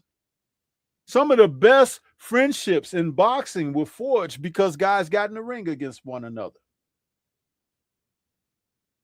Arturo Gotti and Mickey Ward became the best of friends after they fought. And they fought. Holyfield and Bo became the best of friends after they fought. Oh, okay. I didn't know that one. Yeah. I didn't know that one. Holyfield and Bo, they're very good friends. Yeah, 3 fights. He told Bo in one of the interviews, he said, Bo, why you didn't just fight Lennox Lewis? He was like, man, you messed the whole thing up by throwing that WBC belt in the garbage because you were scared to face the man. He told Bo that. Bo got mad at him. He was like, man, you want to have another fight, Evander? He was like, you want to fight me, but you ain't fought Lennox yet. Yeah, Holyfield and Bo, they something else. They sound like two old farts arguing, you know, when they sit down in the gym and they be talking stuff to each other. But Holyfield told him right, though. He told him right. Yeah. That would have completed the conundrum, Bo fighting Lennox. Yeah, that would have been the fight to decide who was the fighter of that era between them. Because between Holyfield and Lewis, they fought all the heavyweights. And look at it like this. For the heavyweights that Lennox didn't fight, Holyfield fought. For the heavyweights that Holyfield didn't fight, Lennox fought. Lennox. And then they fought each other. So it's like some of them fought the same guys. You know, some of them they fought, you know, the same dude, and then some they didn't fight. Like Holyfield fought Ray Mercer, and Lennox fought Ray Mercer. But Lennox fought Tommy Morrison, but Holyfield didn't fight Tommy Morrison. You know what I'm saying? So it's like there was give and take on both sides of that. Lennox didn't fight Michael Moore, but Holyfield fought Michael Moore. And they both fought Franz Botha. You know, so it's like they went through the division. So between the two of them, they were the best. But if Bo had fought Lennox, however the outcome, that person probably would have been the heavyweight of that era. Because both of them beat Holyfield. You know what I'm saying? Yeah. But I guess one more person I guess I want to touch on was Brother Shushu. I didn't see. I only seen highlights. I feel like he had a little tension between his opponent. What's his name? Palacios. What's his name? Yeah. Palacios. Yeah, what's that? Rene Palacios. Yeah, that guy was solid. He was strong, and he, you know, he was strong enough to make Shushu respect him in there, but he still got through with them body shots and hurt Shushu to the body. And I'm going to tell you something. If that was someone else who Shushu wants, because that guy is a damn good finisher, that would have been it for Shushu. You understand? So I know you Riddick Bowe used to coin this phrase, you can't be too old for your wants to hurt you. Shushu better be cool. He needs to get better. I think he's feeling himself a little bit.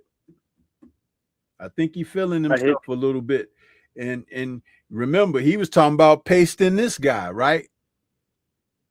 Right. But we did hear say, ding, that's the end of the 12th and final round, and it looked like Shushu was hurt. So he didn't forecast that, did he?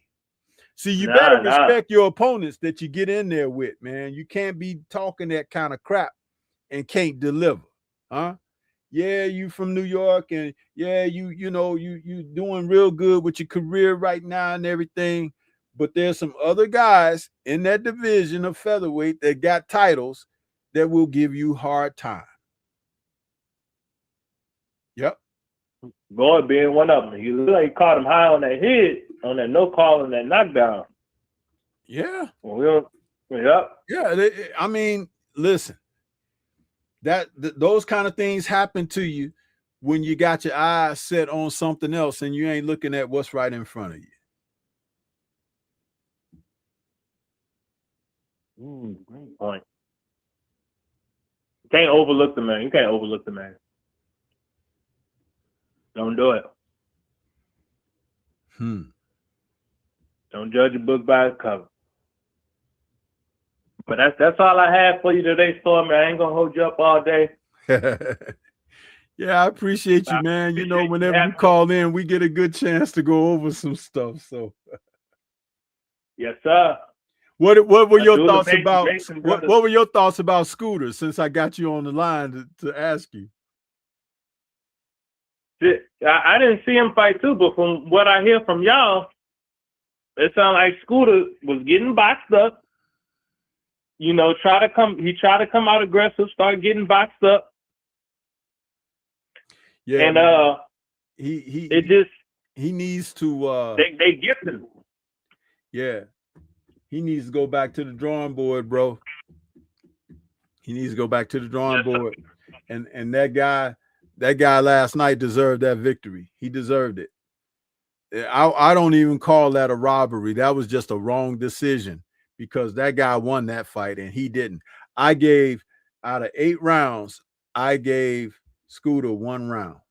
One. Goodness. And remember, I don't have a dog in the race, so it's like I'm just scoring the rounds. I heard BFTV's call on it, and BFTV said he could see him winning maybe 2 rounds, but no more than that. Out of 8, come on, man. What the hell they preserving that dude's record for? He just gonna go lose to another dude. That's all. Because he came in the ring dancing and everything down the aisles as he was on his ring walk. I was like, oh, this is what we got.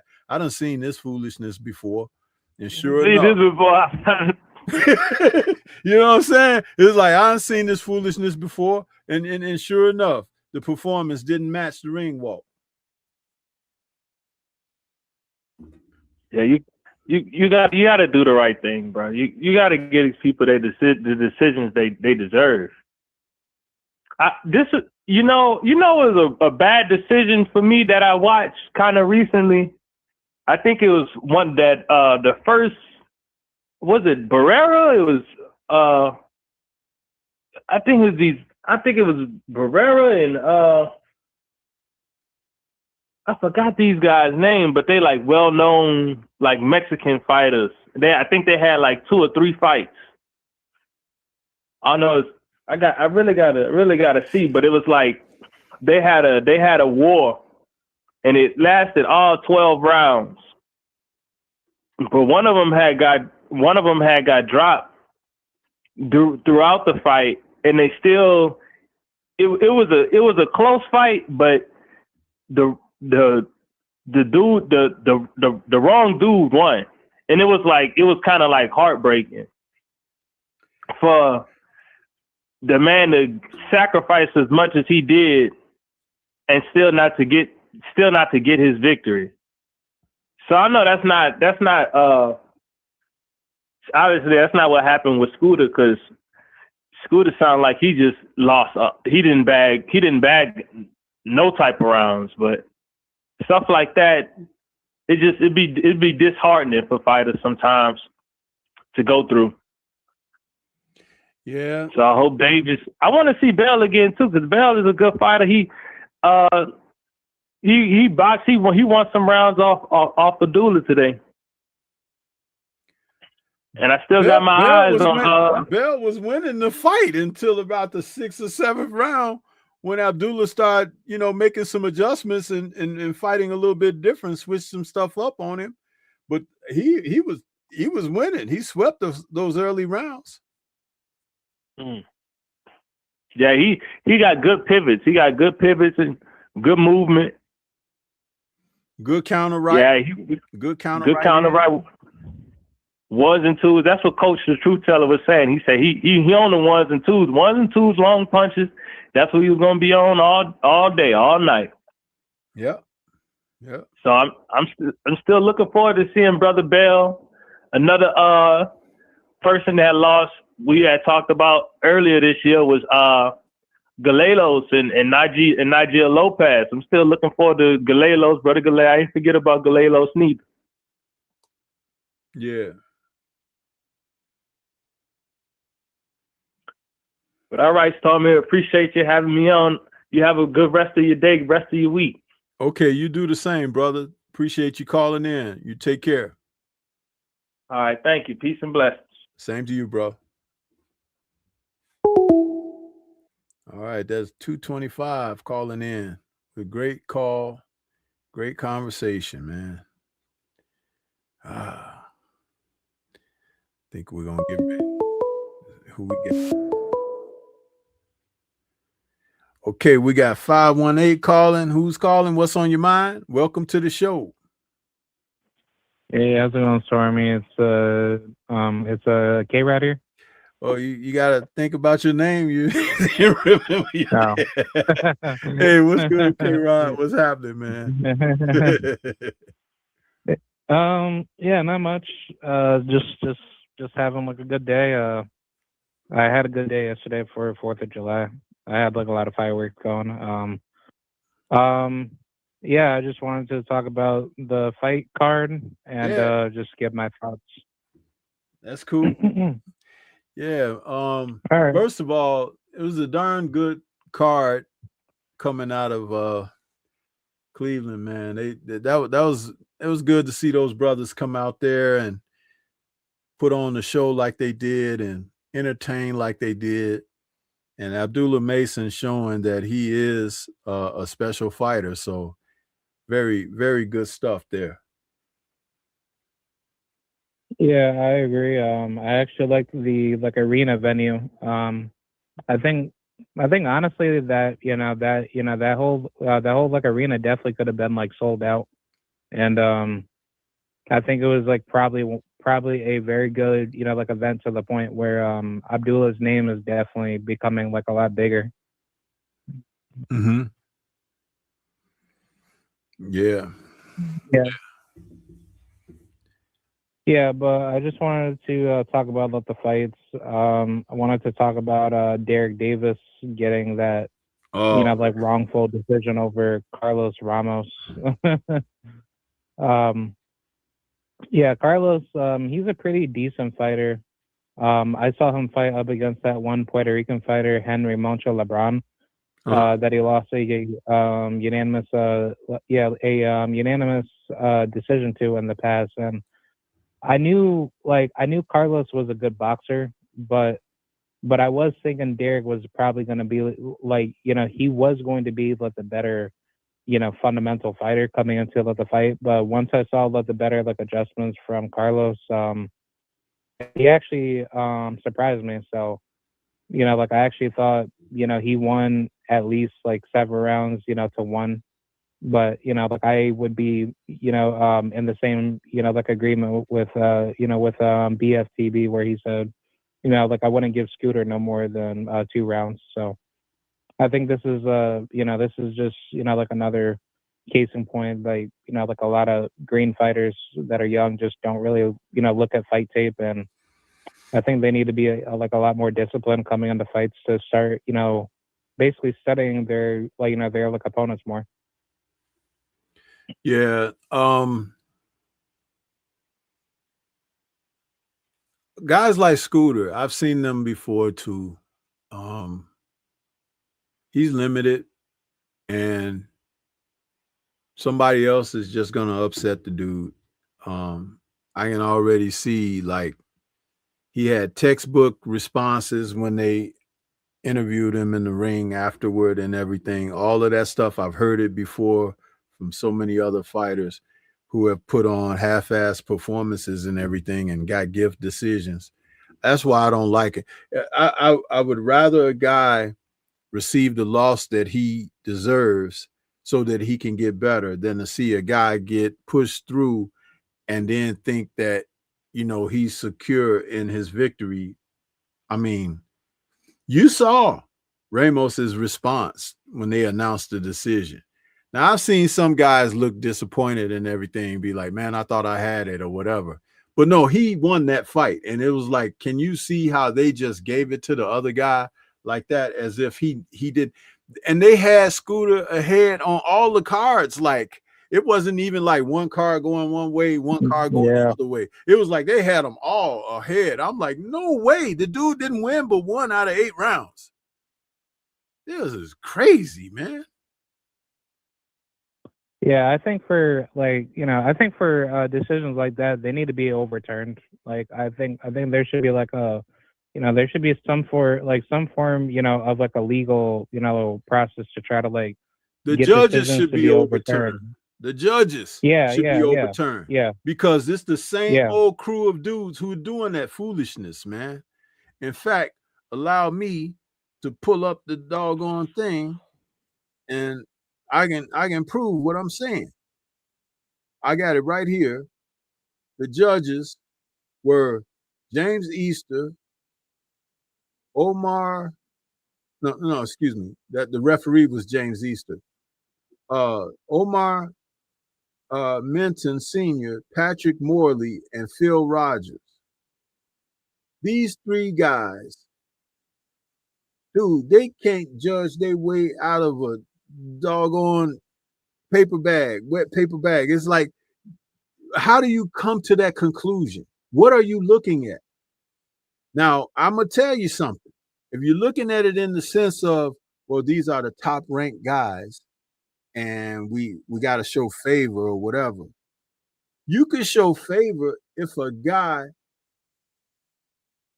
You can show favor if a guy is competing, but he wasn't even competing. It was like Ramos was doing a number on his ass.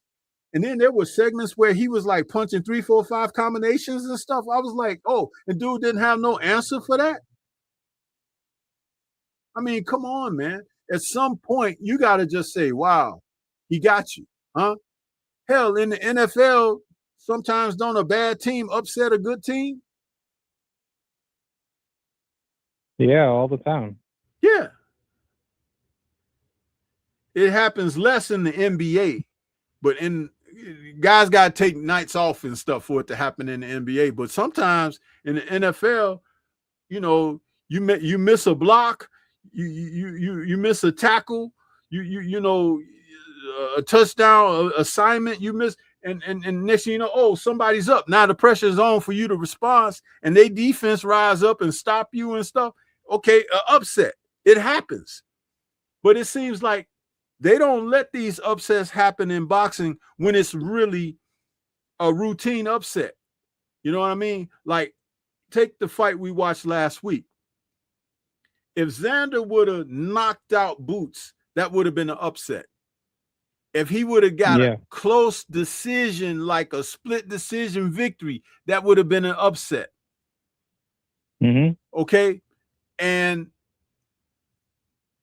had he fought a different type of game plan or whatever, that was very possible. But he didn't. Boots won. But in this fight with Ramos and Davis, dude, Ramos did exactly what he was supposed to do.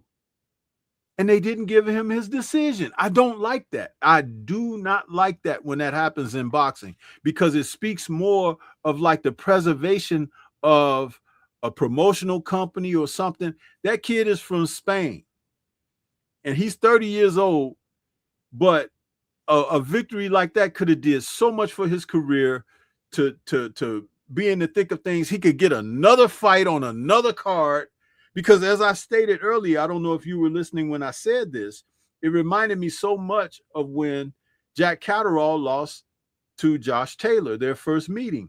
It was like Catterall whooped Taylor's ass and they just gave it to Taylor, even though he got knocked down for the first time in his career and everything. And guess what? After that victory, do you know that Josh Taylor fell into the bottle and he was celebrating himself so much and everything? He couldn't even come back and fight on schedule and stuff because he was celebrating too much. Did you know that? Did you hear about that with him?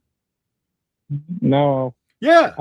So that's what happened. Yeah, wow. Basically, he had a drinking problem and everything because he was celebrating himself and everything. Wow, that's crazy. And Catterall, it took him several years to get a rematch. And when he got the rematch, finally he whooped Josh's ass again. And now he's even a better fighter than when he beat when he beat Josh Taylor. And Josh Taylor is like on the way out now. He's retired and everything because he effed off his life, and Catterall buckled down and got trained hard and everything. He even moved to the U.S. for over a year training in Philly with Boots in them, trying to get better. That's dedication. So why, you take something like this away from a guy like that?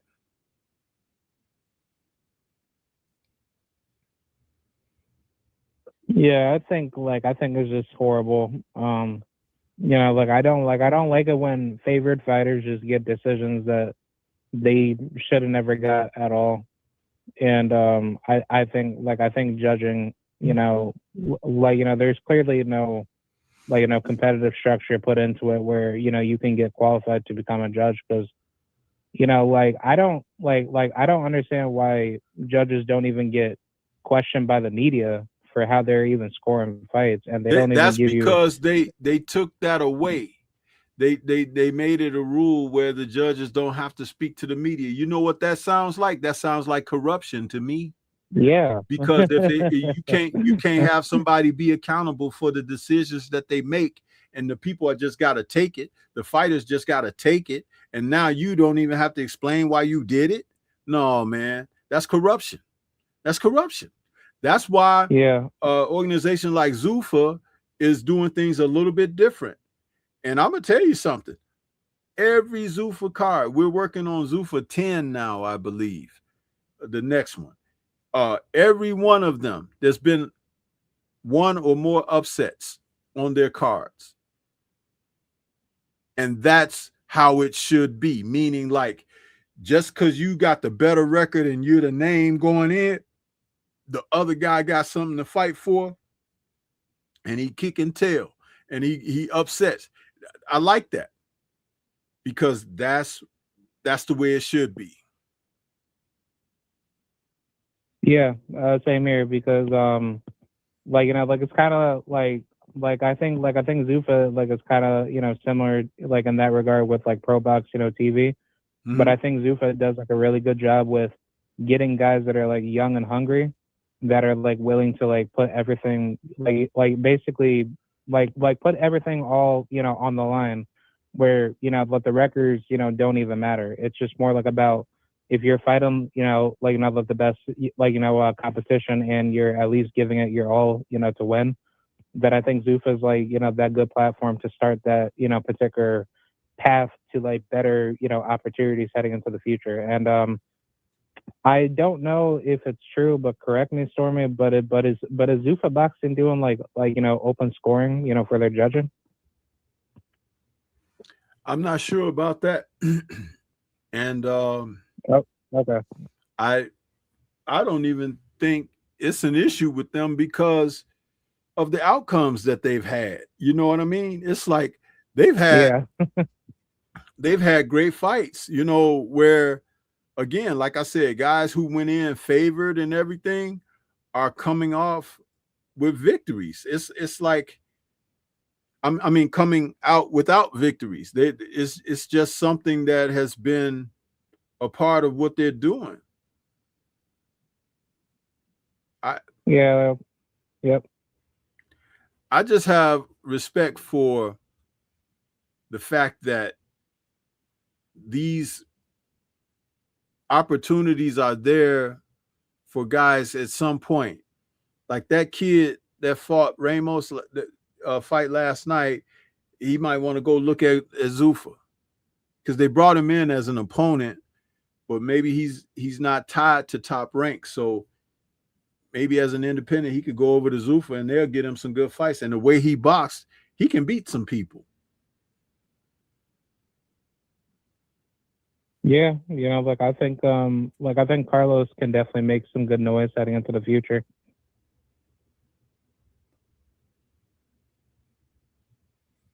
So yeah, you know. Mm-hmm. Yeah, like I also wanted to talk about the other fight that happened on the card, the Shushu Carrington versus you know, like Rene Palacios fight for the co-main event.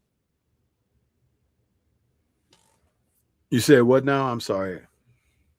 Yeah, like I said, that I wanted to talk about the Shushu Carrington, you know, like you know, fight with him and like Rene Palacios. Yeah, very interesting fight. You know, leading into that, he was talking so much about knocking the guy out and everything. And I think this is the second time straight that he's been talking about knocking somebody out and didn't come nowhere close to it. So just getting exposed. Yeah, I think he need to lay off for that, because we're starting to see like you know, maybe he's not, you know, all of that. You know what I'm saying? As far as what he think he is. Yeah, I like Shushu's a good, you know, he's a good young fighter, but I think that at the end of the day, that there's still a lot for him to discover in the sport, but he's going to get shown some lessons, because he didn't expect what happened last night. They're telling me now that the dude broke his ribs or something. So yeah, I think, I bet he didn't think that was going to happen.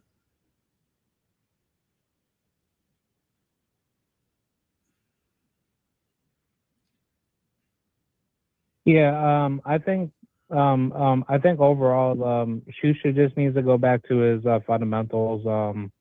I don't think he needs to go out of like his way trying to prove a point to basically please the fans. I think as the fights do get harder, he just needs to go back to just doing what he's normally good at. Just basically stick with his boxing and don't try to like bang it out with people because that wasn't like the best performance that I can grade for Shushu. I think with the Carlos Castro fight, he did he did like a lot better. I think this version of him, he just didn't prepare, like effectively, and I think this style, of him would get knocked out by like a guy like Naoya Inoue or any of the other champions sitting at like 126, like right now.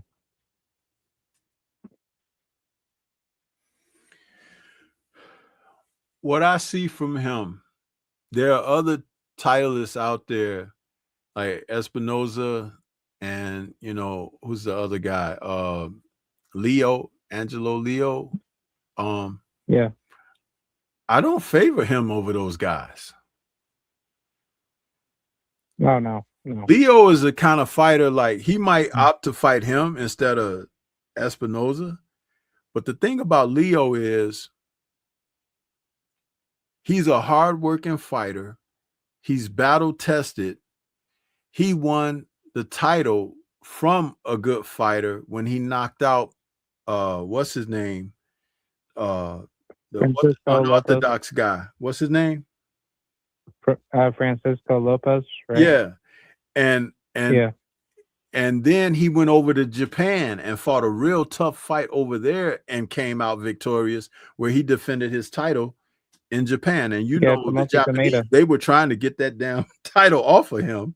Yeah, they were trying to like rob him, like when he was fighting Tomoki Kameda. Yeah. So Leo has shown me he's got some substance.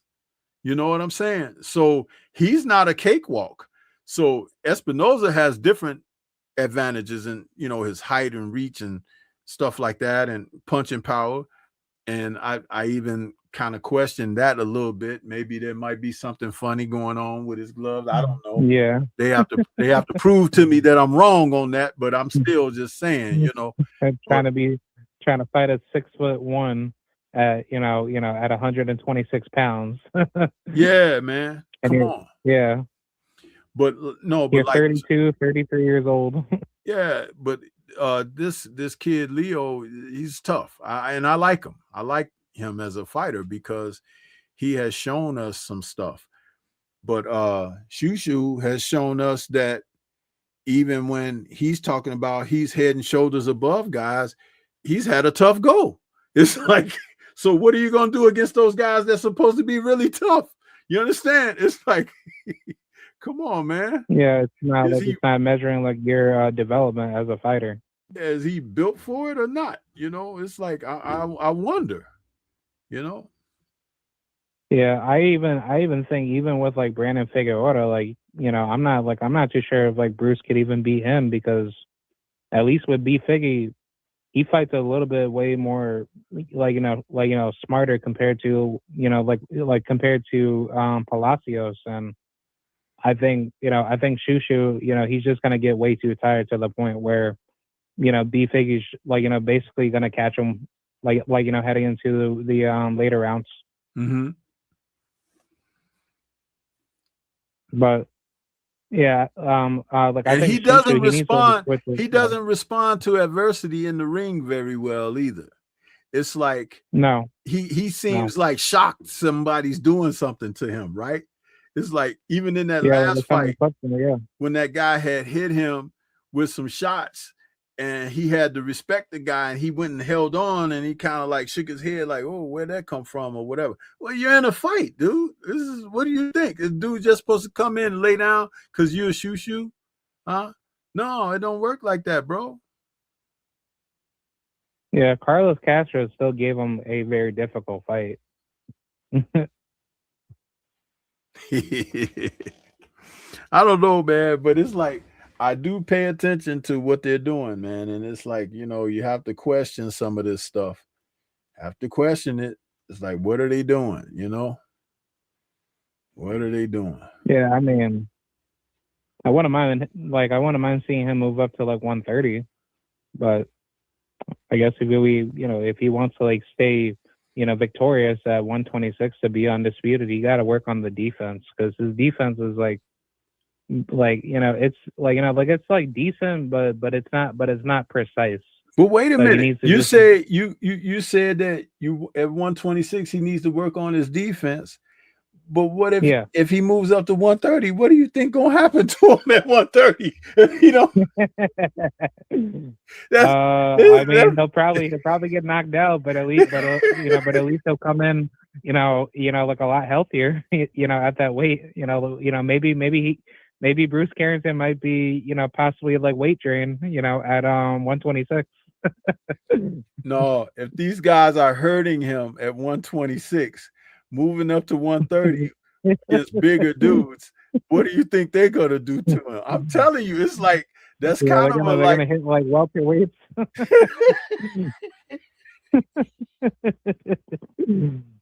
I mean, hey, like just to save yourself, just to get hurt, hurt more, from cutting all that weight, move up to 130 and at least, take a L, up there.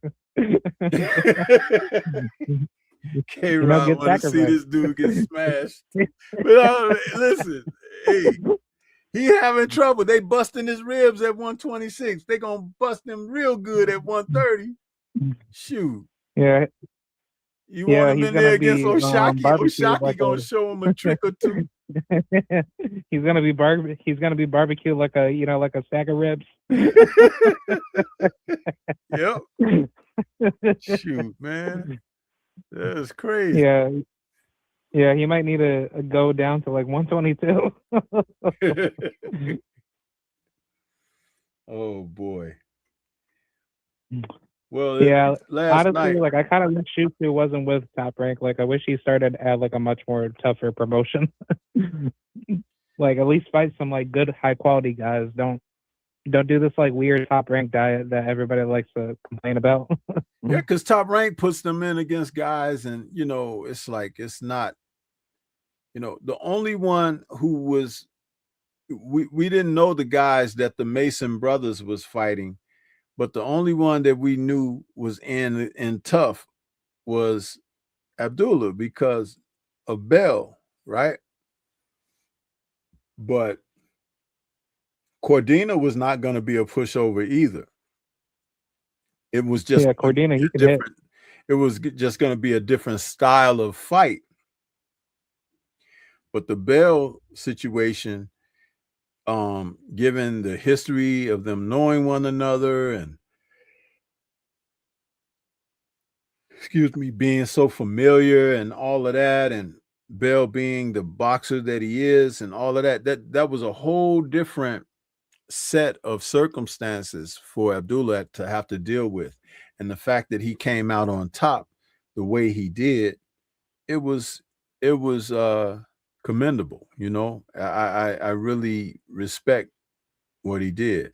Now, I do admit that I felt like the referee stopped it a little bit too soon, but that's that Mark Nelson dude. Don't care for him. I've talked about him in the past.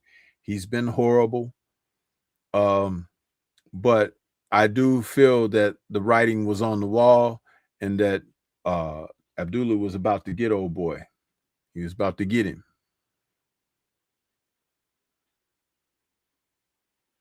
Yeah, I definitely think so.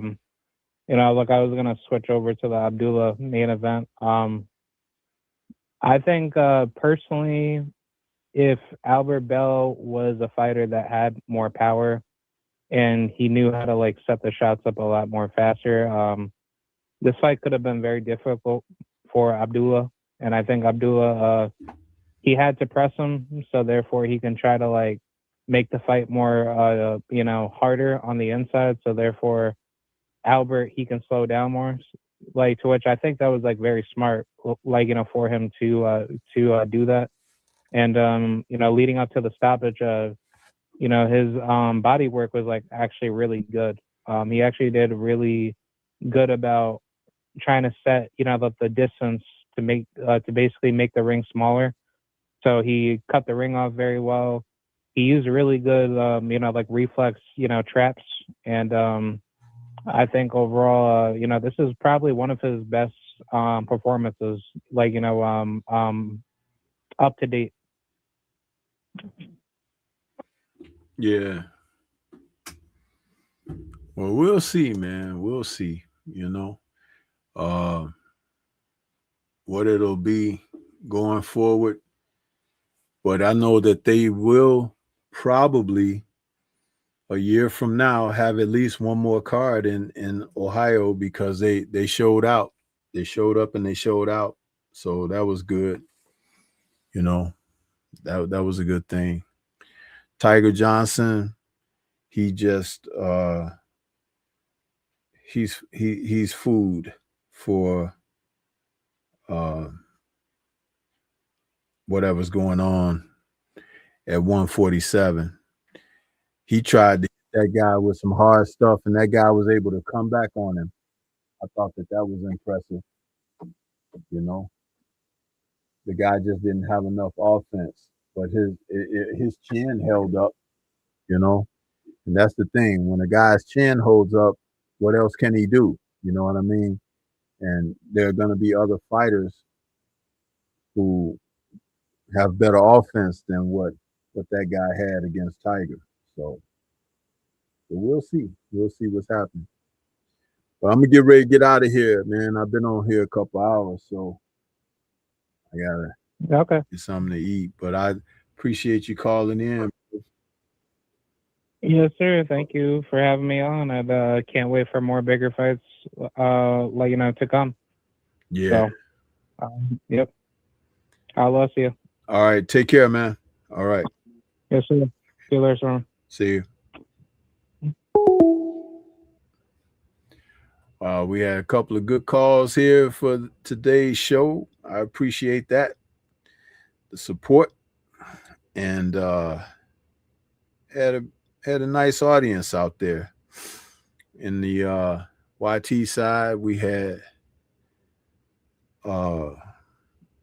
Mac Majestic was participating heavily over there. We got Lewis Hinton. We got Queen 71 was over there. And Brother Code 10 and Mac of the South. A lot of people over there. Geo James, Joe Gagliardi, and Clarence McLean. So everybody was over there. That's why I left it open on YT, because it's people participating over there. I'm not so bad that I'll just cut the mat out from under people, but I do appreciate the support when it comes through like that. But gonna get ready to get on out of here, man. It's time, Gotta get something to drink. I feel parched. But hope you guys enjoyed today's show. Don't know when I'll be back, but try to do the best I could. So with that being said, we're gonna get out of here. Pay some bills first, and then we'll see you guys on the next one. Shout out to the mighty LDBC.